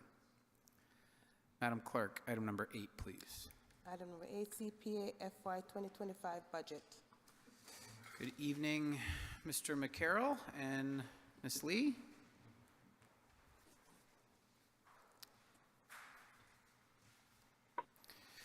So the first item, Mr. McCarroll, is the CPA FY24 budget. Yes, good evening. It's Bob McCarroll, 96 Elliott Street, Chair of the Community Preservation Committee. We're here first on our fiscal 25 budget. We estimate that revenue for CPA in the coming year will be $2,661,000. And the state law requires that we put 10% of that aside every year for community housing, historic resources, open and recreational space. So that's $266,100 for each one of those categories. Our administrative budget is $79,400, leaving $1,783,300 as unallocated and can be used in any one of the 3 eligible categories. Okay, any questions for Mr. McCarroll? This is just on the budget for the CPA for FY25, not on the actual projects. Any questions or comments for Mr. McCarroll? I have comments. Okay, Counselor Delgado. I just want to commend Bob McCarroll and the team that's been working on this project the last several years. Thank you for the hard work that you guys are putting into it, and thank you to Karen for giving me a good synopsis of one of the projects when I saw her on Saturday. So just seeing the list of projects here, the work that you guys are putting into it, and the fact that the City Council did approve years ago to allow this to happen. So just want to say thank you to you guys. Thank you, Counselor Delgado. Counselor Govan. Thank you, Mr. President, and this is one of my favorite things to do on the City Council. And this year, I'm going to have to recuse myself from voting because there are 2 projects on there that I'm directly related to. So I'm going to recuse myself, but I'm going to encourage my councilors and my colleagues on the council to please vote definitively on this budget. And I would say on all the projects that look very promising for the city of Springfield. This is one of the taxes that I will never complain about paying because I think it's such a great benefit to the city. So thank you, Bob, for the work that you do, and Karen and the staff. Thank you. Thank you, Counselor Govan. Any other counselors on the budget? Counselor Walsh. Yes, thank you, Mr. President. And again, I want to echo what my colleagues have been saying, and thank you for your hard work, because it's not always easy to decide which projects to do. But those of us that were at Forest Park Saturday night, we could see in action the result of one of the grants and people working together. So I wish you good luck, and hopefully all these grants will be as well received as the restoration of the fountain. Thank you, Counselor Walsh. Any other comments or questions on the FY25 budget? Seeing none, Madam Clerk, please call the roll on approval. Councillor Walsh. Yes. Yes, Councillor Allen. Absent. Councillor Delgado. Yes. Yes, Councillor Cliff Bruce. Yes. Yes, Councillor Govan. Recuse. Recuse. Councillor Brown. Yes. Yes, Councillor Davila. Yes. Yes, Councillor Curran. Yes. Yes, Councillor Santinello. Yes. Yes, Councillor Edwards. Yes. Yes, Councillor Whitfield. Yes. Yes, Councillor Perez. Yes, Councillor Fenton. Yes, more than sufficient. Budget is approved. Madam Clerk, item number 9, please. Indian Orchard Fire Station Elevator, East Side, Oak Street, Indian Orchard. Mr. McCarroll? Thank you. So let me first say that, you know, we've had CPA for 6 years. It has brought in, between the local tax levy and the state contribution, nearly $13 million. And I always like to remind the city council that if they had not voted in 2016 to put this on the ballot so the voters of Springfield could decide if they wanted to contribute to CPA, we would not have had this $13 million.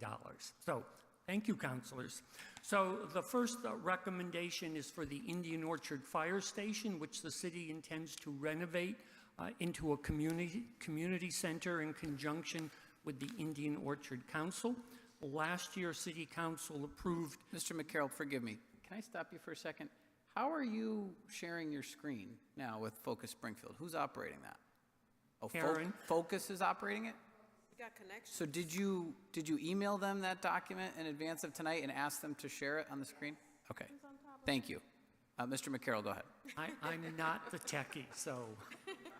Mr. President, are we able to enlarge the screen? Because it is small. That's pretty big on our end, Councilor Walsh. So I don't think we're going to be able to make it any larger than that. I guess I'll get my glasses. Mr. McCarroll, please proceed. Yeah. So last year, the council approved money to go toward the exterior renovation of the building. This is a multi-million-dollar project, which not all of the money is in place for yet. And this year, we are recommending $300,000, which is the max that we recommend for any project in any funding cycle. And it will go toward the elevator that will make the second floor accessible. Okay. Any comments or questions from the council on item number 9? Are you recused, Councilor Govan? I am, but I want to tell people to vote for it. So this is... Point of order. We can't keep doing that, Mr. President. Recuse is recuse. I was just about to say that. If you y'all are know- going to recuse yourself, Councilor know Govan, how I I would... feel. Thank you. I will, Councilor I'll Delgado. do it for her. Thank you. I'm going to vote for this. I haven't lived in Indian Orchard for a number of years, and seeing this building vacant and just sitting there, I'm glad that it's finally coming back to life and adding something to that portion of Indian Orchard, particularly on Oak Street. So I will be voting in favor of this. Thank you, Councilor Delgado. Okay. Seeing no other councilors, Madam Clerk, please call the roll. Councilor Walsh. Yes. Yes, Councilor Allen. Absent Councilor Delgado. Yes. Yes, Councilor Cliff Bruce. Yes. Yes. Councilor Govan recused. Councilor Brown. Yes. Yes, Councilor Davila. Yes. Yes, Councilor Curran. Yes. Yes, Councilor Santinella. Yes. Yes, Councilor Edwards. Yes. Yes, Councilor Whitfield. Yes. Yes, Councilor Perez. Yes. Yes, Councilor Fenton. Yes, more than sufficient. Item number 9 is approved. Item number 10, Madam Clerk. Historic Home Restoration Program for homeowners in local historic district. Mr. McCarroll. So this is for the Historic Homes Program that aids owner-occupants in our local historic districts with exterior work on their houses. City Council began this program about 3 years ago, and it has been funded since then. And once again, we're recommending $300,000. This program is actually run by the Community Preservation Committee, and the people that work with it are selected by entering the annual lottery. Thank you, Mr. McCarroll. Any councilors? Councilor Brown. Thank you, Mr. President. Mr. McCarroll, I want to thank you for the work that you've done. I think a lot of people truly don't understand what it means to preserve the historic district. When you get into what it takes to even do the porches, I've seen elderly almost lose their homes based on the repair. This is something that is more than essential, because a lot of people love the homes and they truly don't understand the repair. When it comes to our elderly and our future, this is bigger and it's not enough money. I can assure you. You know, Mr. McCarroll, is it enough money? Oh, no, there's been a buildup because prior to the starting of this program 3 or 4 years ago, there had not been a city program to help with exterior work in local historic districts since, I'm going to say, the mid-1990s.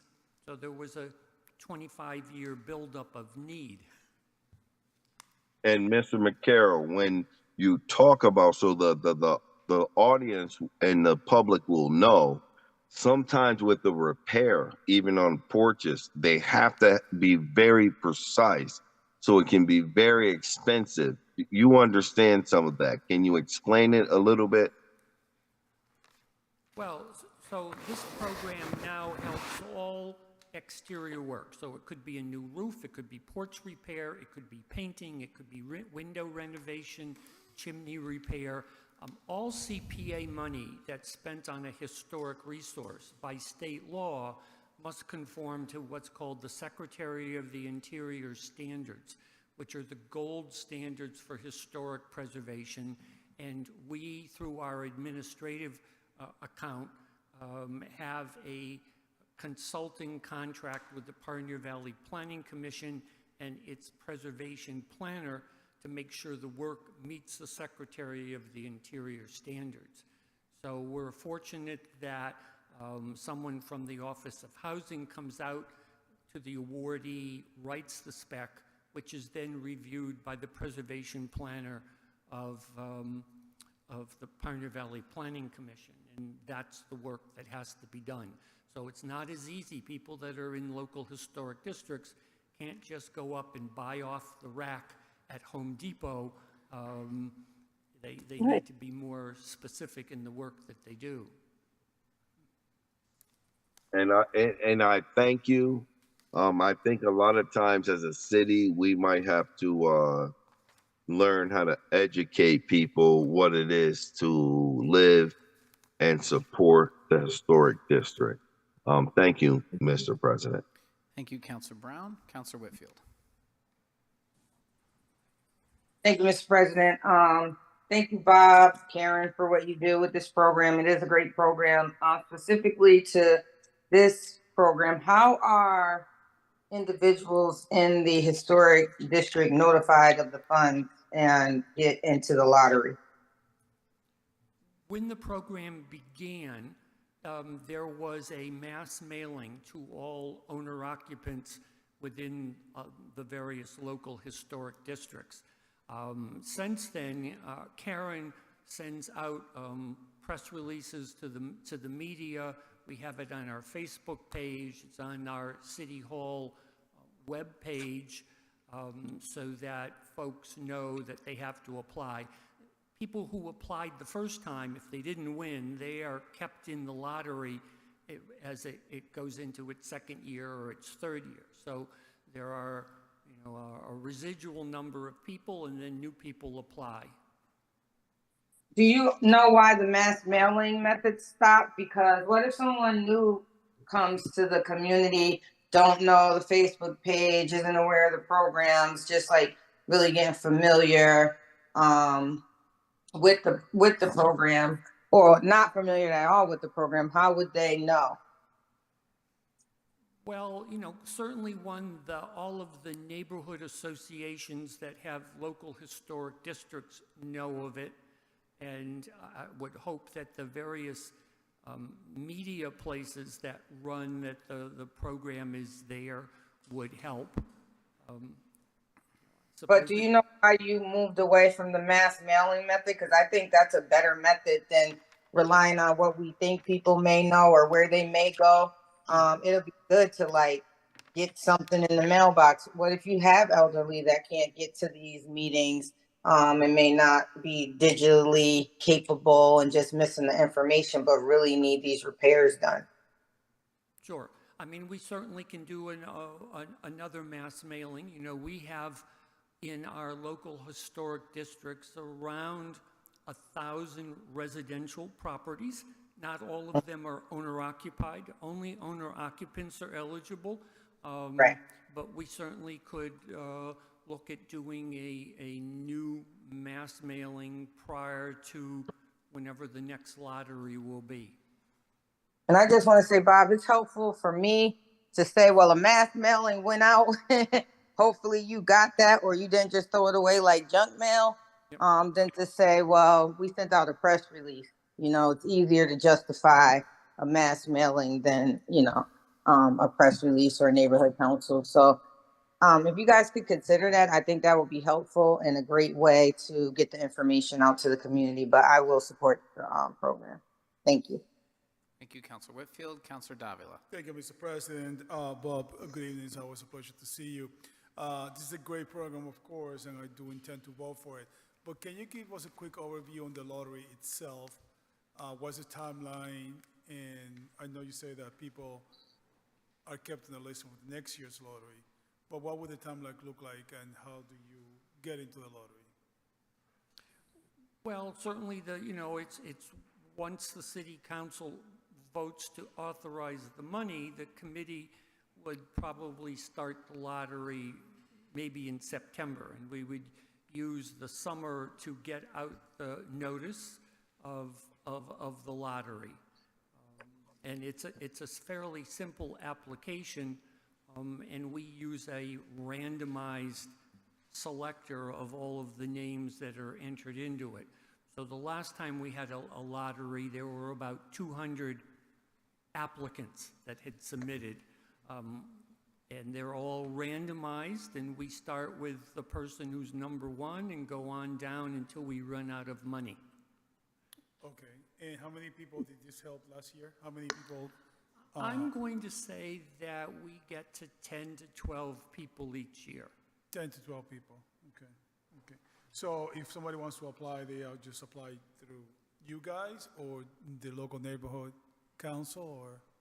Well, for the lottery. For those people that are on the internet, they can go to our webpage at springfieldcityhall.com, and there is an application there that they can fill out. Right. That then gets sent to us, meaning it gets sent to Karen Lee, and they are then entered into the lottery. Gotcha. Okay. Bob, thank you. You truly scholar and a gentleman, my friend. Thank you for the work you do managing this. This is definitely very wise tax money put to work, and it's done a lot of great work. I know my own district, the Forest Park, has been the recipient and has really benefited from this fund. So thank you for your work, and thank you, Karen, for your work as well. Thank you, Mr. President. Thank you, Councilor Davila. Seeing no other councilors, Madam Clerk, please call the rule on the. I'm sorry, Mr. President. I just have one more quick one. Bob, is there any way that we can get a list of those who've been awarded by the districts, the neighborhoods, the historic neighborhoods? We can certainly get to you a breakdown of the number of homes in each one of the districts. Do you want it just specific, let's say like 6 houses in McKnight, or do you want the actual addresses? Just 6 houses in McKnight is good. the gross number, okay. Yes, we can certainly let you know. I mean, off the top of my head, I think we have helped in almost all of our local historic districts. I know we've done several in McKnight, several in Forest Park, several on Maple Street, several, at least one or in Quadrangle Mattoon, and 1 or 2 up in Ridgewood. So we sort of covered most of the districts. All right. Well, I just wanted to see the numbers. Yep. Thanks, Bob. Okay, thank you, Councilor Whitfield. Madam Clerk, if you could please call the roll. Councilor Walsh. Yes. Yes, Councilor Allen. Yes. Yes, Councilor Delgado. Yes. Yes, Councilor Bruce. Yes. Yes, Council Gavon, recuse. Council Brown. Yes. Yes, Council Davila. Yes. Yes, Council Curran. Yes. Yes, Council Santinella. Yes. Yes, Council Edwards. Yes. Yes, Council Whitfield. Yes. Yes, Council Perez. Yes. Yes, Council Fenton. Yes, more than sufficient. Order is approved. Item number 11, Madam Clerk. Van Sickle Softball Diamond, enhancement Carew Street and Glencoe Street. Mr. McCarroll. So this is a recommendation for $300,000 to improve the softball diamond that is behind Kiley Junior High School, not Kiley. Van Sickle. Van Sickle, thank you. Van Sickle School, and we were approached by the Old Timers Softball League, which is one of the major users of this space, in partnership with the Department of Parks, Buildings, and Recreational Management. And so we're recommending money to improve the softball diamond. Thank you, Mr. McCarroll. Any comments or questions from the council? Seeing Councilor Brown. I know my colleague, Councilor Click Bruce, and myself were coaches. Great job, brother. Thank you. Thank you, Councilor Brown. Thank you, Mr. President. Madam Clerk, can you please call the roll on approval of the order? Council Walsh. Yes. Yes, Council Allen. Yes. Yes, Council Delgado. Yes. Yes, Council Click Bruce. Yes. Yes, Council Gavon, recuse. Councilor Brown. Yes. Yes, Council Davila. Yes. Yes, Council Curran.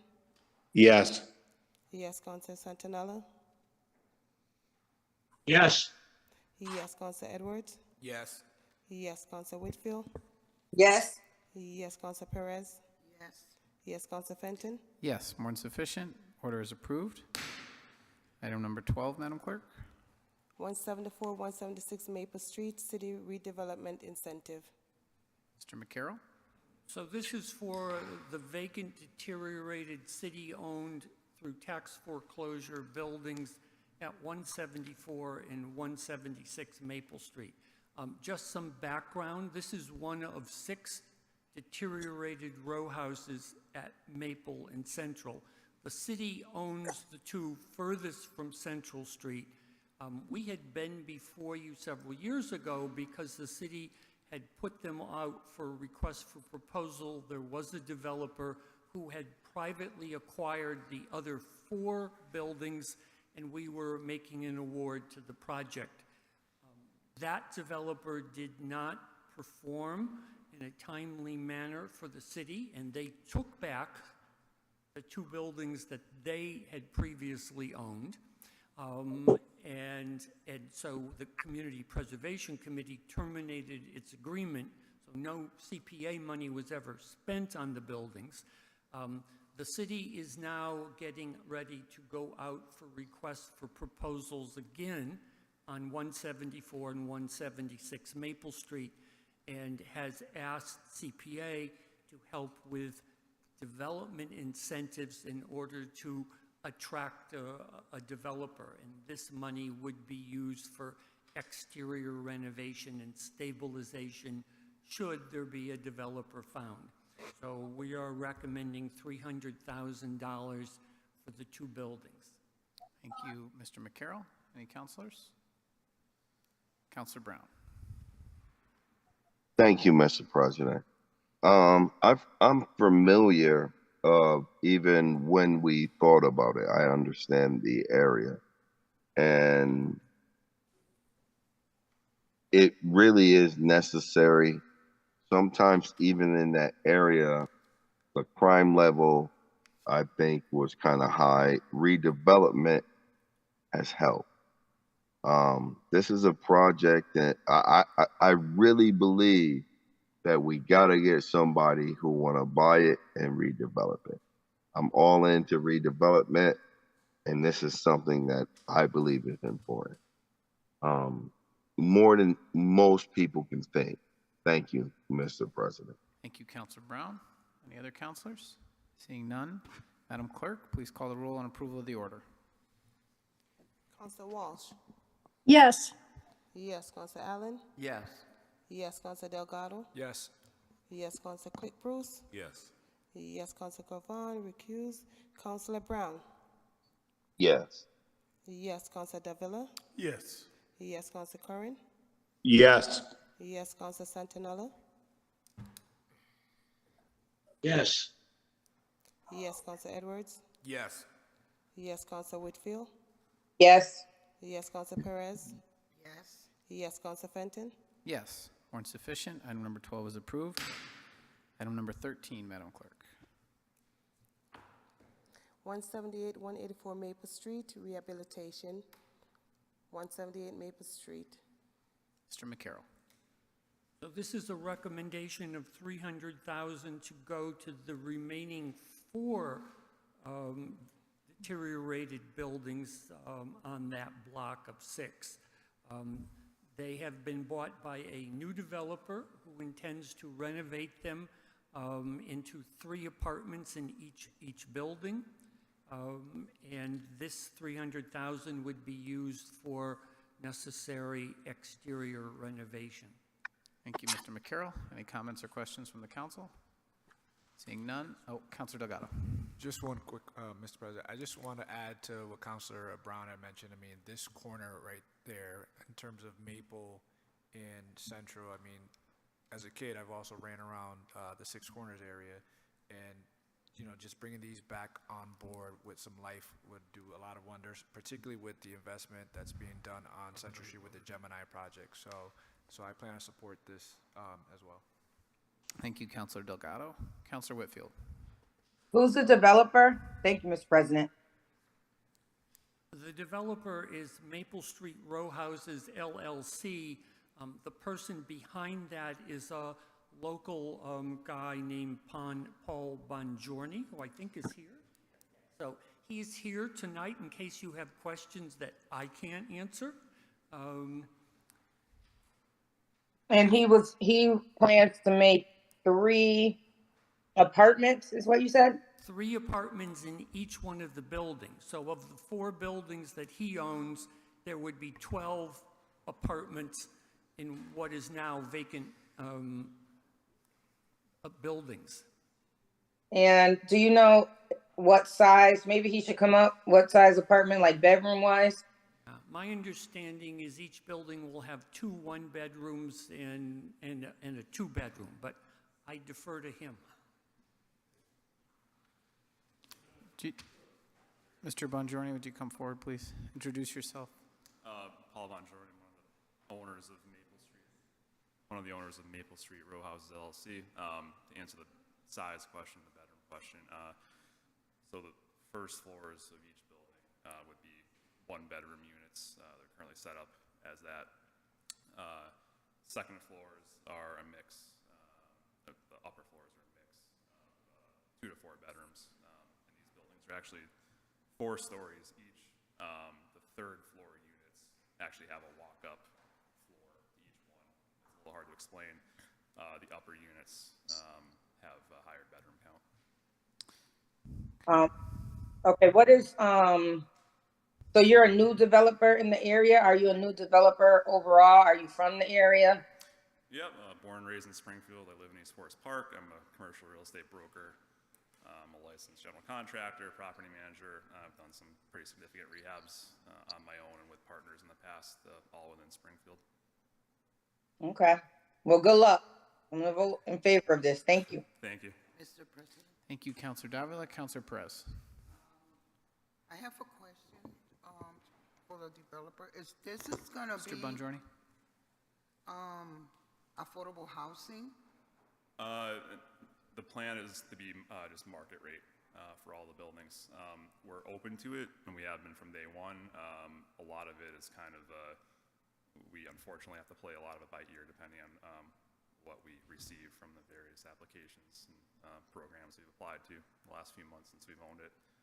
So it's something we're open to, but for now the game plan, just to continue moving forward one way or the other, is to just be market rate. Thank you. Thank you, Councilor Perez. Counselor Brown. Thank you, Mr. President. Mr. Bongiorni, you say you're from Springfield, or are you a Cathedral graduate? Central. Family? Central, okay. We might, It's good. Mr. me President, and me and Counselor Walsh, we might have a little problem with you, but I really want to commend you. You know what you're doing. What are you guys doing as far as the local contractors? So I mean, I am personally a contractor. I don't do it on a retail basis, for lack of a better term. Yeah. I will be involved in the project management. I do have a team that I've used on other projects of subcontractors. Some of them will be involved, especially some of the specialists, masonry, windows, and so forth. My business partner, Nick, is also in the real estate business in general and has his own team of contractors, private contractors he's used in the past. We're primarily consulting with co-op construction on Bernie Avenue in downtown Springfield. Yeah. I'm familiar with the buildings, the Virawats. So they're kind of what I'd call our primary consultant from a construction perspective on these. And when you go into the construction, just FYI, I'm excited, but try to keep some green space, like a little, like a flowers and things, if you can. Let's stay green. I am very excited, and I definitely support you. And thank you for what you do, brother. Thank you. And we actually do plan to make as much green space as possible. It's a little tight.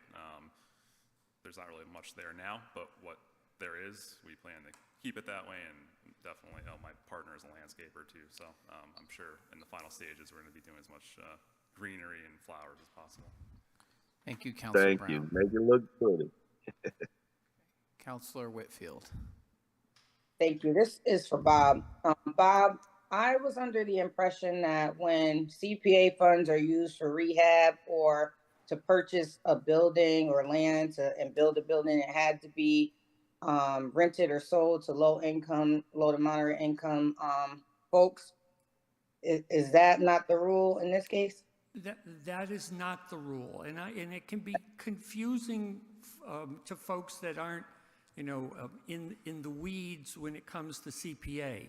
So one of the three areas that CPA can fund, it's called community housing, and if you fund it out of that pot of money, it has to be occupied by an income-eligible household. CPA income eligible is a little more generous than HUD eligible. CPA eligible is below 100% of area median income, where HUD usually starts at 80%. But that's community housing. Under the historic pot, when you do something, even though it happens to be housing, it does not have to be income restricted. And this project came to us under historic, not under community housing. Thank you for that clarification. Thank you, Counselor Whitfield. Any other counselors? Seeing none, Counselor Brown. I apologize, Council President. I usually don't do this, and my colleagues.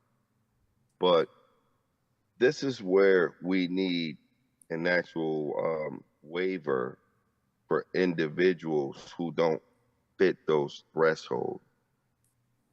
Is there a way where the city, where it comes to credit and financial standing, they call it the cliff effect, where we can't support other individuals to now where they might qualify for those type of programs, or is it something beyond our actual capabilities? If I'm understanding the question correctly, to qualify under community housing, the projects that have been primarily funded since we've had CPA are with either municipal departments that take the money and, for example, for many years, the Office of Housing ran a first-time home buyer program and used CPA money to help with income-eligible owners have a down payment to buy a house.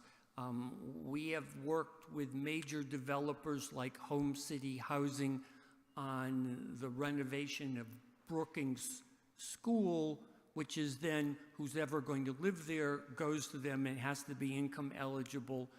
We're working with them on the Gemini townhouses, which will be sold to income eligible occupants, but they will be handling that.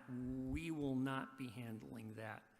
So I guess if I'm understanding the question, Counselor, it's not as if the CPA runs the program for income eligible owners that come directly to us. And I really do appreciate the work that you guys are doing. I wish that maybe you guys can maybe help create that, because you guys are doing a fantastic job. I think a lot of people don't understand that there's individuals who credit-wise, background-wise, they don't qualify for the program that you guys have in place.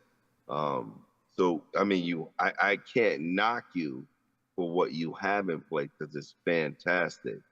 But if you guys can, if I can maybe give you a little edge to try to help do that, because a lot of people aren't qualified to do the things that you guys have in place.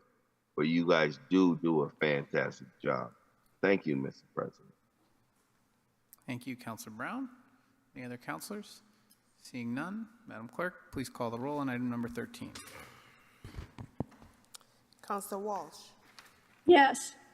Yes. Councilor Allen? Yes. Yes. Councilor Delgado? Yes. Yes. Councilor Clitbruce? Yes. Yes. Councilor Gavon recused. Councilor Brown? Yes. Yes. Councilor Deliver? Yes. Yes. Councilor Curran? Yes. Yes. Councilor Santinello? Yes. Yes. Councilor Edwards? Yes. Yes. Councilor Whitfield? Yes. Yes. Councilor Perez? Yes. Yes. Councilor Fenton? Yes, more than sufficient. Item is approved. Item number 14, Madam Clerk. 60 Byers Street Development Incentive.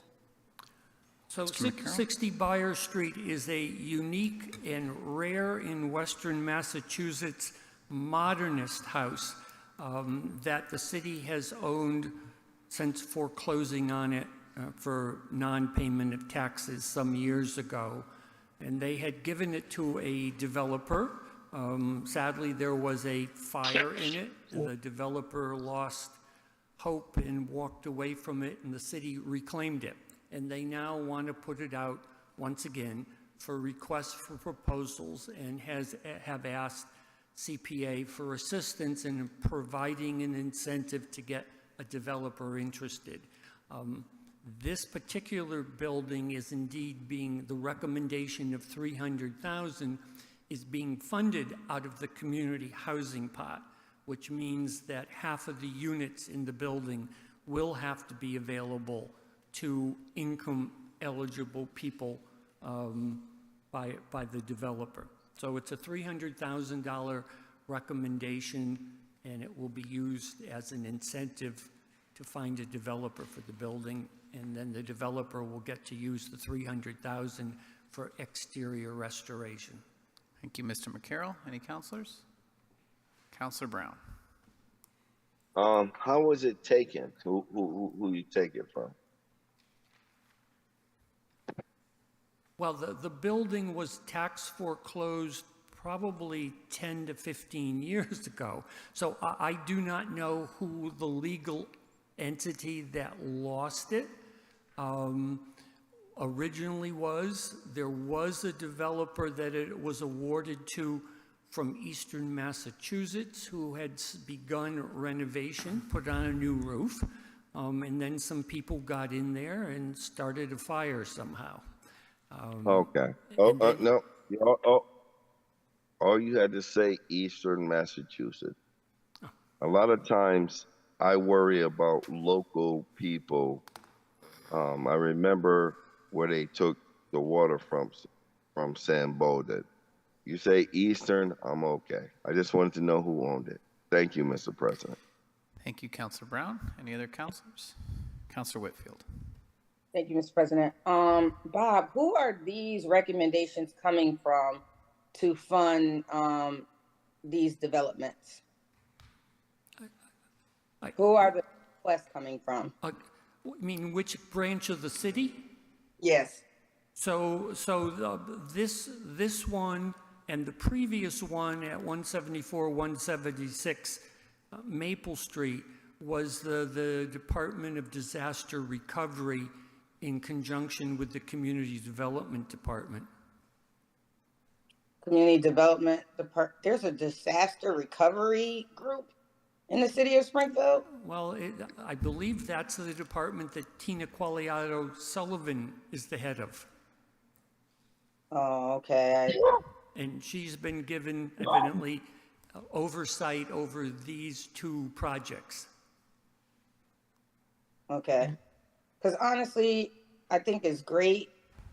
These tax funds are coming from taxpayer dollars, and it was said before when Councilor Hurst was on the city council that it seems like a lot of the funding is going right to the city to do their projects, when some of it should, or more of it, I think, should be going out to developers within the community. And they probably need a little bit more help going through the process. I tried to go through the process once. It was kind of a difficult process at the time. I don't know if it's gotten better, but it just seems like most of the community preservation funds are going to city projects, and I don't know if that was the intent when the vote was passed by the residents of the city. So I just wanted to bring that point to life. While I do support these projects, I'm just hoping that the city doesn't have developers already in mind that they want to give these projects to. And in essence, the projects are coming with these funding sources up front. And that is a concern for me. So I'll be glad to see how it plays out. These properties are in tax title right now, currently? They are in tax title. They are not contributing to the tax base, correct? Okay.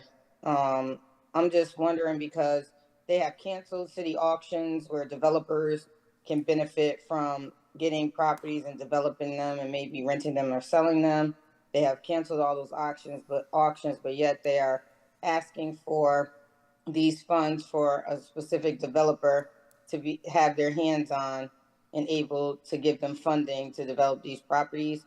I'm pretty sure that it's probably needed. I'm just really anxious to see who these developers might end up being. Yeah. But thank you, Bob. If I could just respond to 2 points. One is, I think the vast majority of CPA communities, and at this point, about half of the cities and towns of Massachusetts have opted in to CPA. The vast majority of them, the money goes almost exclusively to the municipality to do parks and to do conservation areas. I think Springfield is probably in the vanguard in the number of things that we give to non-municipally related organizations. And both this house on Byers Street and the two houses on Maple Street, the problem is the amount of deterioration they have vastly outweighs the value of the house once it's renovated. So the developers of either of these projects are going to have to be looking for a lot of additional funding sources to write down rehabilitation. And I'm optimistic that this is enough to lure them, but we will find out whether there will be takers on this. If there are no takers, the money comes back to CPA. Gotcha. So there has been like evaluation done post development? The city has done, had an architectural firm at least look at the condition now as to what it will take to fix these buildings. I don't know exactly what they will be worth once they're fixed, but my guess is it will not be as much as it costs to fix them. Okay, and then to your second point of us being a vanguard, I like that. I don't want to be like everybody else in the state. So being a vanguard is what Springfield should be. We are the city of first, but I still want to make my point clear that I know that some of the asks have to go through city departments. I just want to be cautious that we make sure that we're getting out to the developers who can do this work and make sure they're getting some of the funding. And I guess the developer ultimately will get the funding. I'm just curious as to who will be chosen. But thank you, Bob, for your 2 comments. Thank you, Councilor Whitfield. Any other councilors? Seeing none, Madam Clerk, please call the roll on approval of item 14. Council Walsh. Yes. Yes, Council Allen. Yes. Yes, Council Delgado. Yes. Yes, Council Click Bruce. Yes, Council Gavon, recused. Yes, Councilor Brown. Yes. Yes, Council Davila. Yes. Yes, Council Curran. Yes. Yes, Council Santinella. Yes. Yes, Council Edwards. Yes. Yes, Council Whitfield.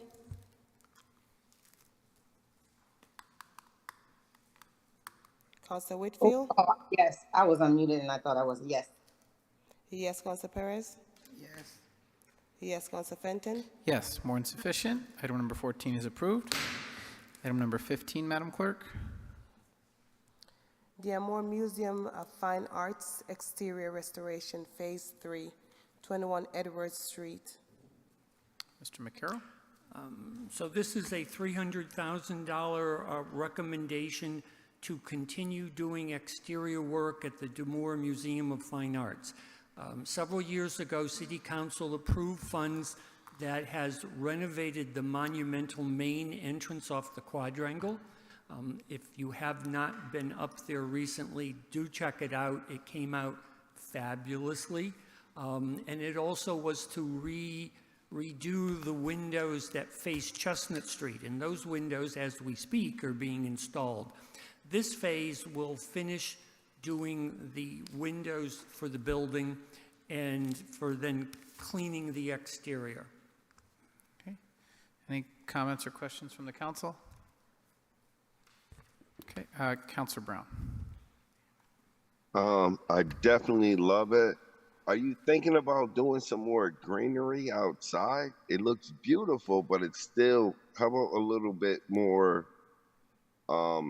historic trees or anything? Have you guys thought about that? I mean, I love it. So Counselor, you know, we need to be mindful of what CPA can pay for. We can pay for trees if they're in parks.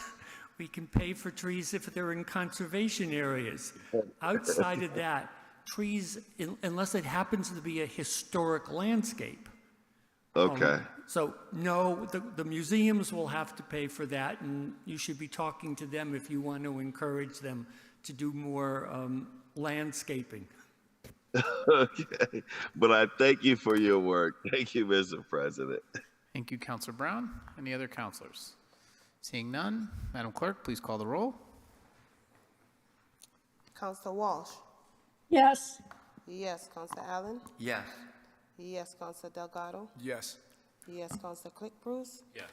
Yes, Council Gavon, recused. Councilor Brown. Yes. Yes, Council Davila. Yes. Yes, Council Curran. Yes. Yes, Council Santinella.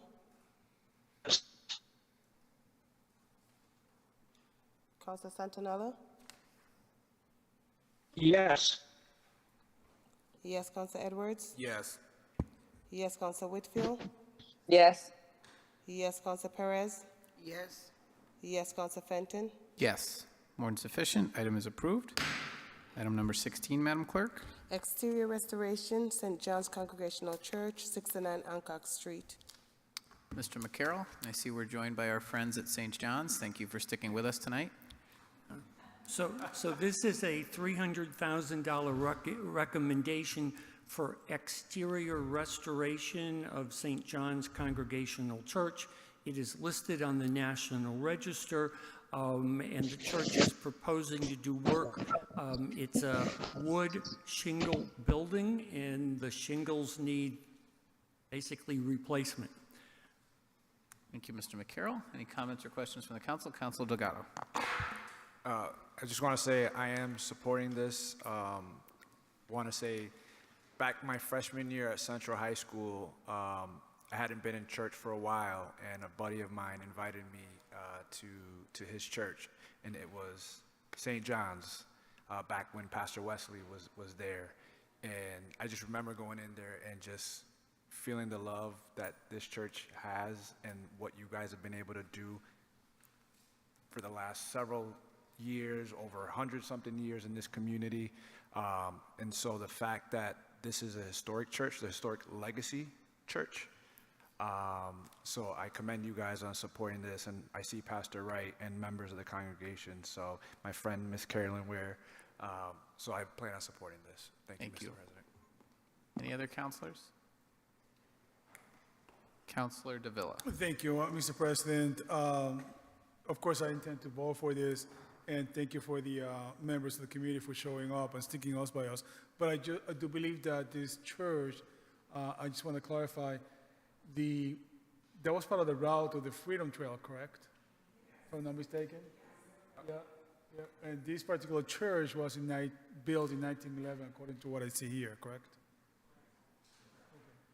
So it will be my pleasure. History must be preserved, and a site with that kind of history is to be protected at all costs. So it will be my pleasure to be voting for this. Thank you, Mr. President. Thank you, Councilor Davila. Councilor Allen. Thanks, Mr. President. Like Councilor Delgado, I had some great experiences in this church as well, and it's nice to be in a position to be able to vote to improve the physical structure and keep it lasting forever, as long as you can. Thank you. Thank you, Councilor Allen. Councilor Whitfield. I think Councilor Brown was before me, Mr. President. Okay, sorry. Councilor Brown, go ahead. Thank you, Councilor Whitfield. Thank you, Mr. President. I would just be remiss as far as my mother and brother being ministers, that a lot of people don't understand that Jesus Christ is our Lord and Savior, and he loves everyone. And I'll just end with that. Thank you, Mr. President. Thank you, Councilor Brown. Councilor Whitfield. Thank you, Mr. President. I'm just like, these are the type of projects that I was looking more to see, something new, something different. Thank you, St. John brothers and sisters and family, for hanging in there with us. We do get winded sometimes. I'm one of them. But the only question that I have is, are the shingles going to be or have to be replaced with wood shingles again? So once again, any CPA money is required by the state law to comply with the Secretary of the Interior standards. I'm assuming that wood shingles is what's going to be required. Vinyl siding, vinyl shingles would not meet the Secretary of the Interior standards. We will be working with our preservation consultant on actually reviewing the specifications that St. John's has submitted in its application, assuming City Council votes on this. And let me just add, we have to tread a very fine line when it comes to assistance to religious organizations. The state Supreme Judicial Court has a ruling that more or less said you can't do anything that advances a particular religion. On the other hand, the federal government has a Supreme Court ruling that says you can't discriminate against religious organizations just because they're religious. Suffice it to say, when religious groups come, and this is the 5th time we've recommended a religious group get CPA assistance, it is under the category of historic preservation, and we say to them, do not talk to us at all about the good deeds you do. Talk to us about the historic needs of the building that you steward. So we need to be mindful as a government group giving it because of the historic needs of the building. Thank you, Mr. McCarroll. I think that that's all well and good, and I have similar beliefs as Councilor Brown, but that wasn't the basis of my point. I just wanted to know what it was going to be replaced with, and I'm just hoping that more projects like these can be done for the community that's owned by the community. And I'm just really happy to see that St. John's is a recipient of this award. Thank you, Councilor Whitfield. Councilor Perez. Yes, so it's interesting because it brings me memories since you cannot speak about the activity that they does. I remember coming as a single mother in 1982, and the South Congregational Church was the one who helped me with food for my children. And if I have to put on record, if anyone knows about food pantries in the city, it came out from the South Congregational Church as me being a young woman, a single with 2 children. Thank you very much. Thank you, Councilor Perez. Any other councilors? Okay, seeing none, Madam Clerk, please call the roll. Councilor Walsh? Yes. Yes. Councilor Allen? Yes. Yes. Councilor Delgado? Yes. Yes. Councilor Click Bruce? Yes. Yes. Councilor Gavon, absent. Councilor Brown? Yes. Yes. Councilor Davila? Yes. Yes. Councilor Curran? Yes. Yes. Councilor Santinella? Yes. Yes. Councilor Edwards? Yes. Yes. Councilor Whitfield? Yes. Yes. Councilor Perez? Yes. Yes. Councilor Fenton? Yes, more than sufficient. Item number 16 is approved. Item number 17, Madam Clerk. Treetop Park improvements, 258 Coronel Boulevard, Cochran Boulevard. Mr. McCarroll. So this is a recommendation of $250,000 for Treetop Park. It was brought to us by the Outer Belt Civic Association in conjunction with the Department of Parks, Buildings, and Recreational Management. And it will be installing an accessible swing set and installing a walking path around the park.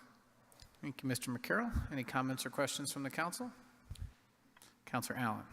Thanks, Mr. President. I'd just like to say that Walter Gould, who's president of the Outer Belt Civic Association, I was working on him for a couple of years before he finally submitted this. This is the first project ever from the Outer Belt Civic Association and CPA.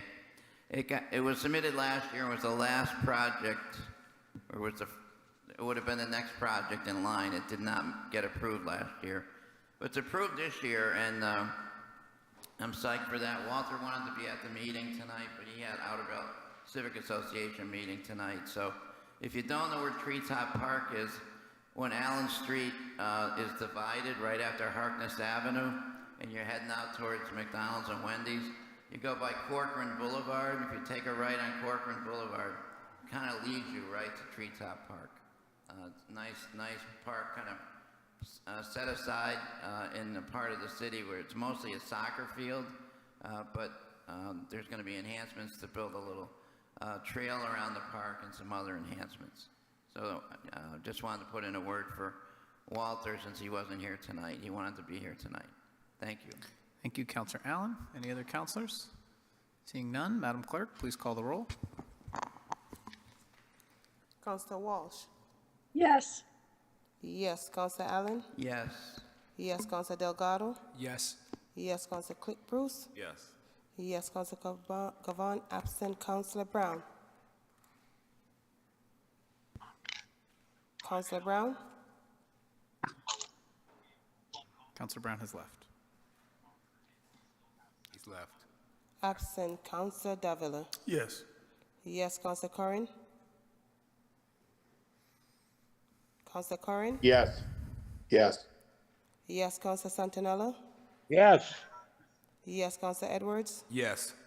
Yes, Councilor Whitfield? Yes. Yes, Councilor Perez? Yes. Yes, Councilor Fenton? Yes, more than sufficient. Item number 17 is approved.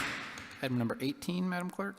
Clarendon Fountain and Triangle Terrace Restoration, Clarendon Bay and Sherman Street intersection. Mr. McCarroll. This is a recommendation of $150,000 to do renovations to the small triangle in the McKnight Historic District. The application came from the McKnight Neighborhood Council, partnering with the Department of Parks, Buildings, and Recreational Management. Thank you, Mr. McCarroll. Any comments or questions from the council? Seeing none, Madam Clerk, please call the roll. Councilor Walsh? Yes. Yes, Councilor Allen? Yes. Yes, Councilor Delgado? Yes. Yes, Councilor Bruce? Yes. Yes, Councilor Galvan. Absent, Councilor Brown? Absent, Councilor Davila? Yes. Yes, Councilor Curran? Yes. Yes, Councilor Santinella? Yes. Yes, Councilor Edwards? Yes. Yes, Councilor Whitfield? Yes. Yes, Councilor Perez? Yes. Yes, Councilor Fenton? Yes, when sufficient. Item number 18 is approved. Item number 19, Madam Clerk. Drama Studio Elevator Project, 41 Oakland Street. Mr. McCarroll. So this is a recommendation of $60,000 for the drama studio that occupies the former historic All Saints Church on Oakland Street. And they are hoping to put in an elevator to make their building accessible. And they requested funds from CPA to help do that. Thank you, Mr. McCarroll. Comments or questions from the council? Seeing I none. have a question, Mr. President. Councilor Walsh. Yeah. Thank you, Mr. President. Bob, I was looking at the information on it, and the amount that the drama studio is getting, it seems small in comparison to the actual cost of what they need to do. Do they have other funding, and they just need to finish it up? Well, this is what they asked of us. They plan to submit an application to the Massachusetts Cultural Council's Cultural Facility Program for the bulk of this money. Okay. All righty. Thank you for the information. Thank you, Councilor Walsh. Madam Clerk, will you please call the roll? Councilor Walsh? Yes. Yes, Councilor Allen? Yes. Yes, Councilor Delgado? Yes. Yes, Councilor Bruce? Yes. Yes, Councilor Galvan. Absent, Councilor Brown? Absent, Councilor Davila? Yes. Yes, Councilor Curran? Yes. Yes, Councilor Santinella? Yes. Yes, Councilor Edwards? Yes. Yes, Councilor Whitfield? Yes. Yes, Councilor Perez? Yes. Yes, Councilor Fenton? Yes. More than sufficient. Item number 19 is approved. Item 20, Madam Clerk. Regreen Springfield Invasive Plant Control Program. Mr. McCarroll. So this is the third time that we've recommended to you funding the invasive plant control program run by Regreen Springfield on city parkland and conservation land. It's $55,000. The invasive Japanese knotweed, which is in the bamboo family, can be found on a variety of municipally controlled open spaces, and it's quite invasive and rapidly multiplies. So they have been working to eliminate it and have actually been able to eliminate it from several of our conservation areas and parklands, but it's still on many more. Thank you, Mr. McCarroll. Any comments or questions from the council? Seeing none, Madam Clerk, please call the roll. Councilor Walsh? Yes. Yes, Councilor Allen? Yes. Yes, Councilor Delgado? Yes. Yes, Councilor Bruce? Yes. Yes, Councilor Galvan. Absent, Councilor Brown? Absent, Councilor Davila? Yes. Yes, Councilor Curran? Yes. Yes, Councilor Santinella? Yes. Yes, Counsel Edwards? Yes. Yes, Counsel Whitfield? Yes. Yes, Counsel Perez? Yes. Yes, Counsel Fenton? Yes, more than sufficient. Item 20 is approved. Item 21, Madam Clerk. Colonial Ill Lamppost Restoration, Parks Drive. Madam Clerk, may I just say you're doing a good job tonight sticking with me. Thank you for doing a great job filling in for Thank you. Madam Clerk Lopez. Mr. McCarroll. So this is a recommendation of $35,213, which will go to restore the historic street lamps in the Colony Hills Local Historic District.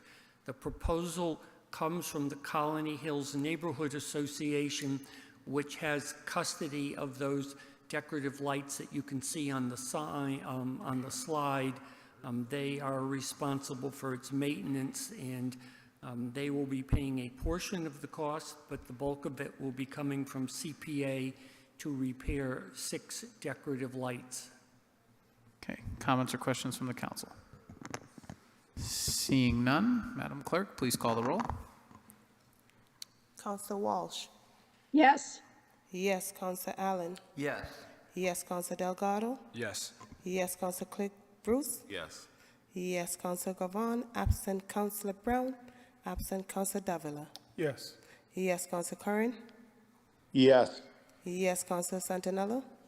Yes. Yes, Counsel Edwards? Yes. Yes, Counsel Whitfield? Yes. Yes, Counsel Perez? Yes. Yes, Counsel Fenton? Yes. More than sufficient. Item is approved. Item number 22, Madam Clerk. Glendale Park Vegetation Restoration and Enhancements. Mr. McCarroll. This is a small recommendation of $13,000 to go to Regreen Springfield. That's going to be working to restore some of the now missing trees in Glendale Park, which is a small triangular park located slightly off of Dickinson Street in the Forest Park neighborhood. Thank you, Mr. McCarroll. Comments or questions from the council? Seeing none, Madam Clerk, please call the roll. Counsel Walsh? Yes. Yes, Counsel Allen? Yes. Yes, Counsel Delgado? Yes. Yes, Counsel Click Bruce? Yes. Yes, Counsel Gavon, absent Counsel Brown, absent Counsel Davila. Yes. Yes, Counsel Curran? Yes. Yes, Counsel Santinello? Counsel Santinello? Yes. Yes, Counsel Edwards? Yes. Yes, Counsel Whitfield? Yes. Yes, Counsel Perez? Yes. Yes, Counsel Fenton? Yes, warrant sufficient. Item is approved. Any more business, Madam Clerk? There are no more business on the agenda for tonight. Okay, so that will conclude our meeting tonight, councilors. We have a meeting coming up a week from tonight, Monday, the 17th. That is our hearings meeting. Then we go into summer schedule. There's one meeting scheduled for July and one for August. Sounds good. Did they leave? Sounds good. Amen. Yes, thank you. Meeting adjourned. Can I just say something to thank them? You can after we've adjourned the meeting. Meeting adjourned.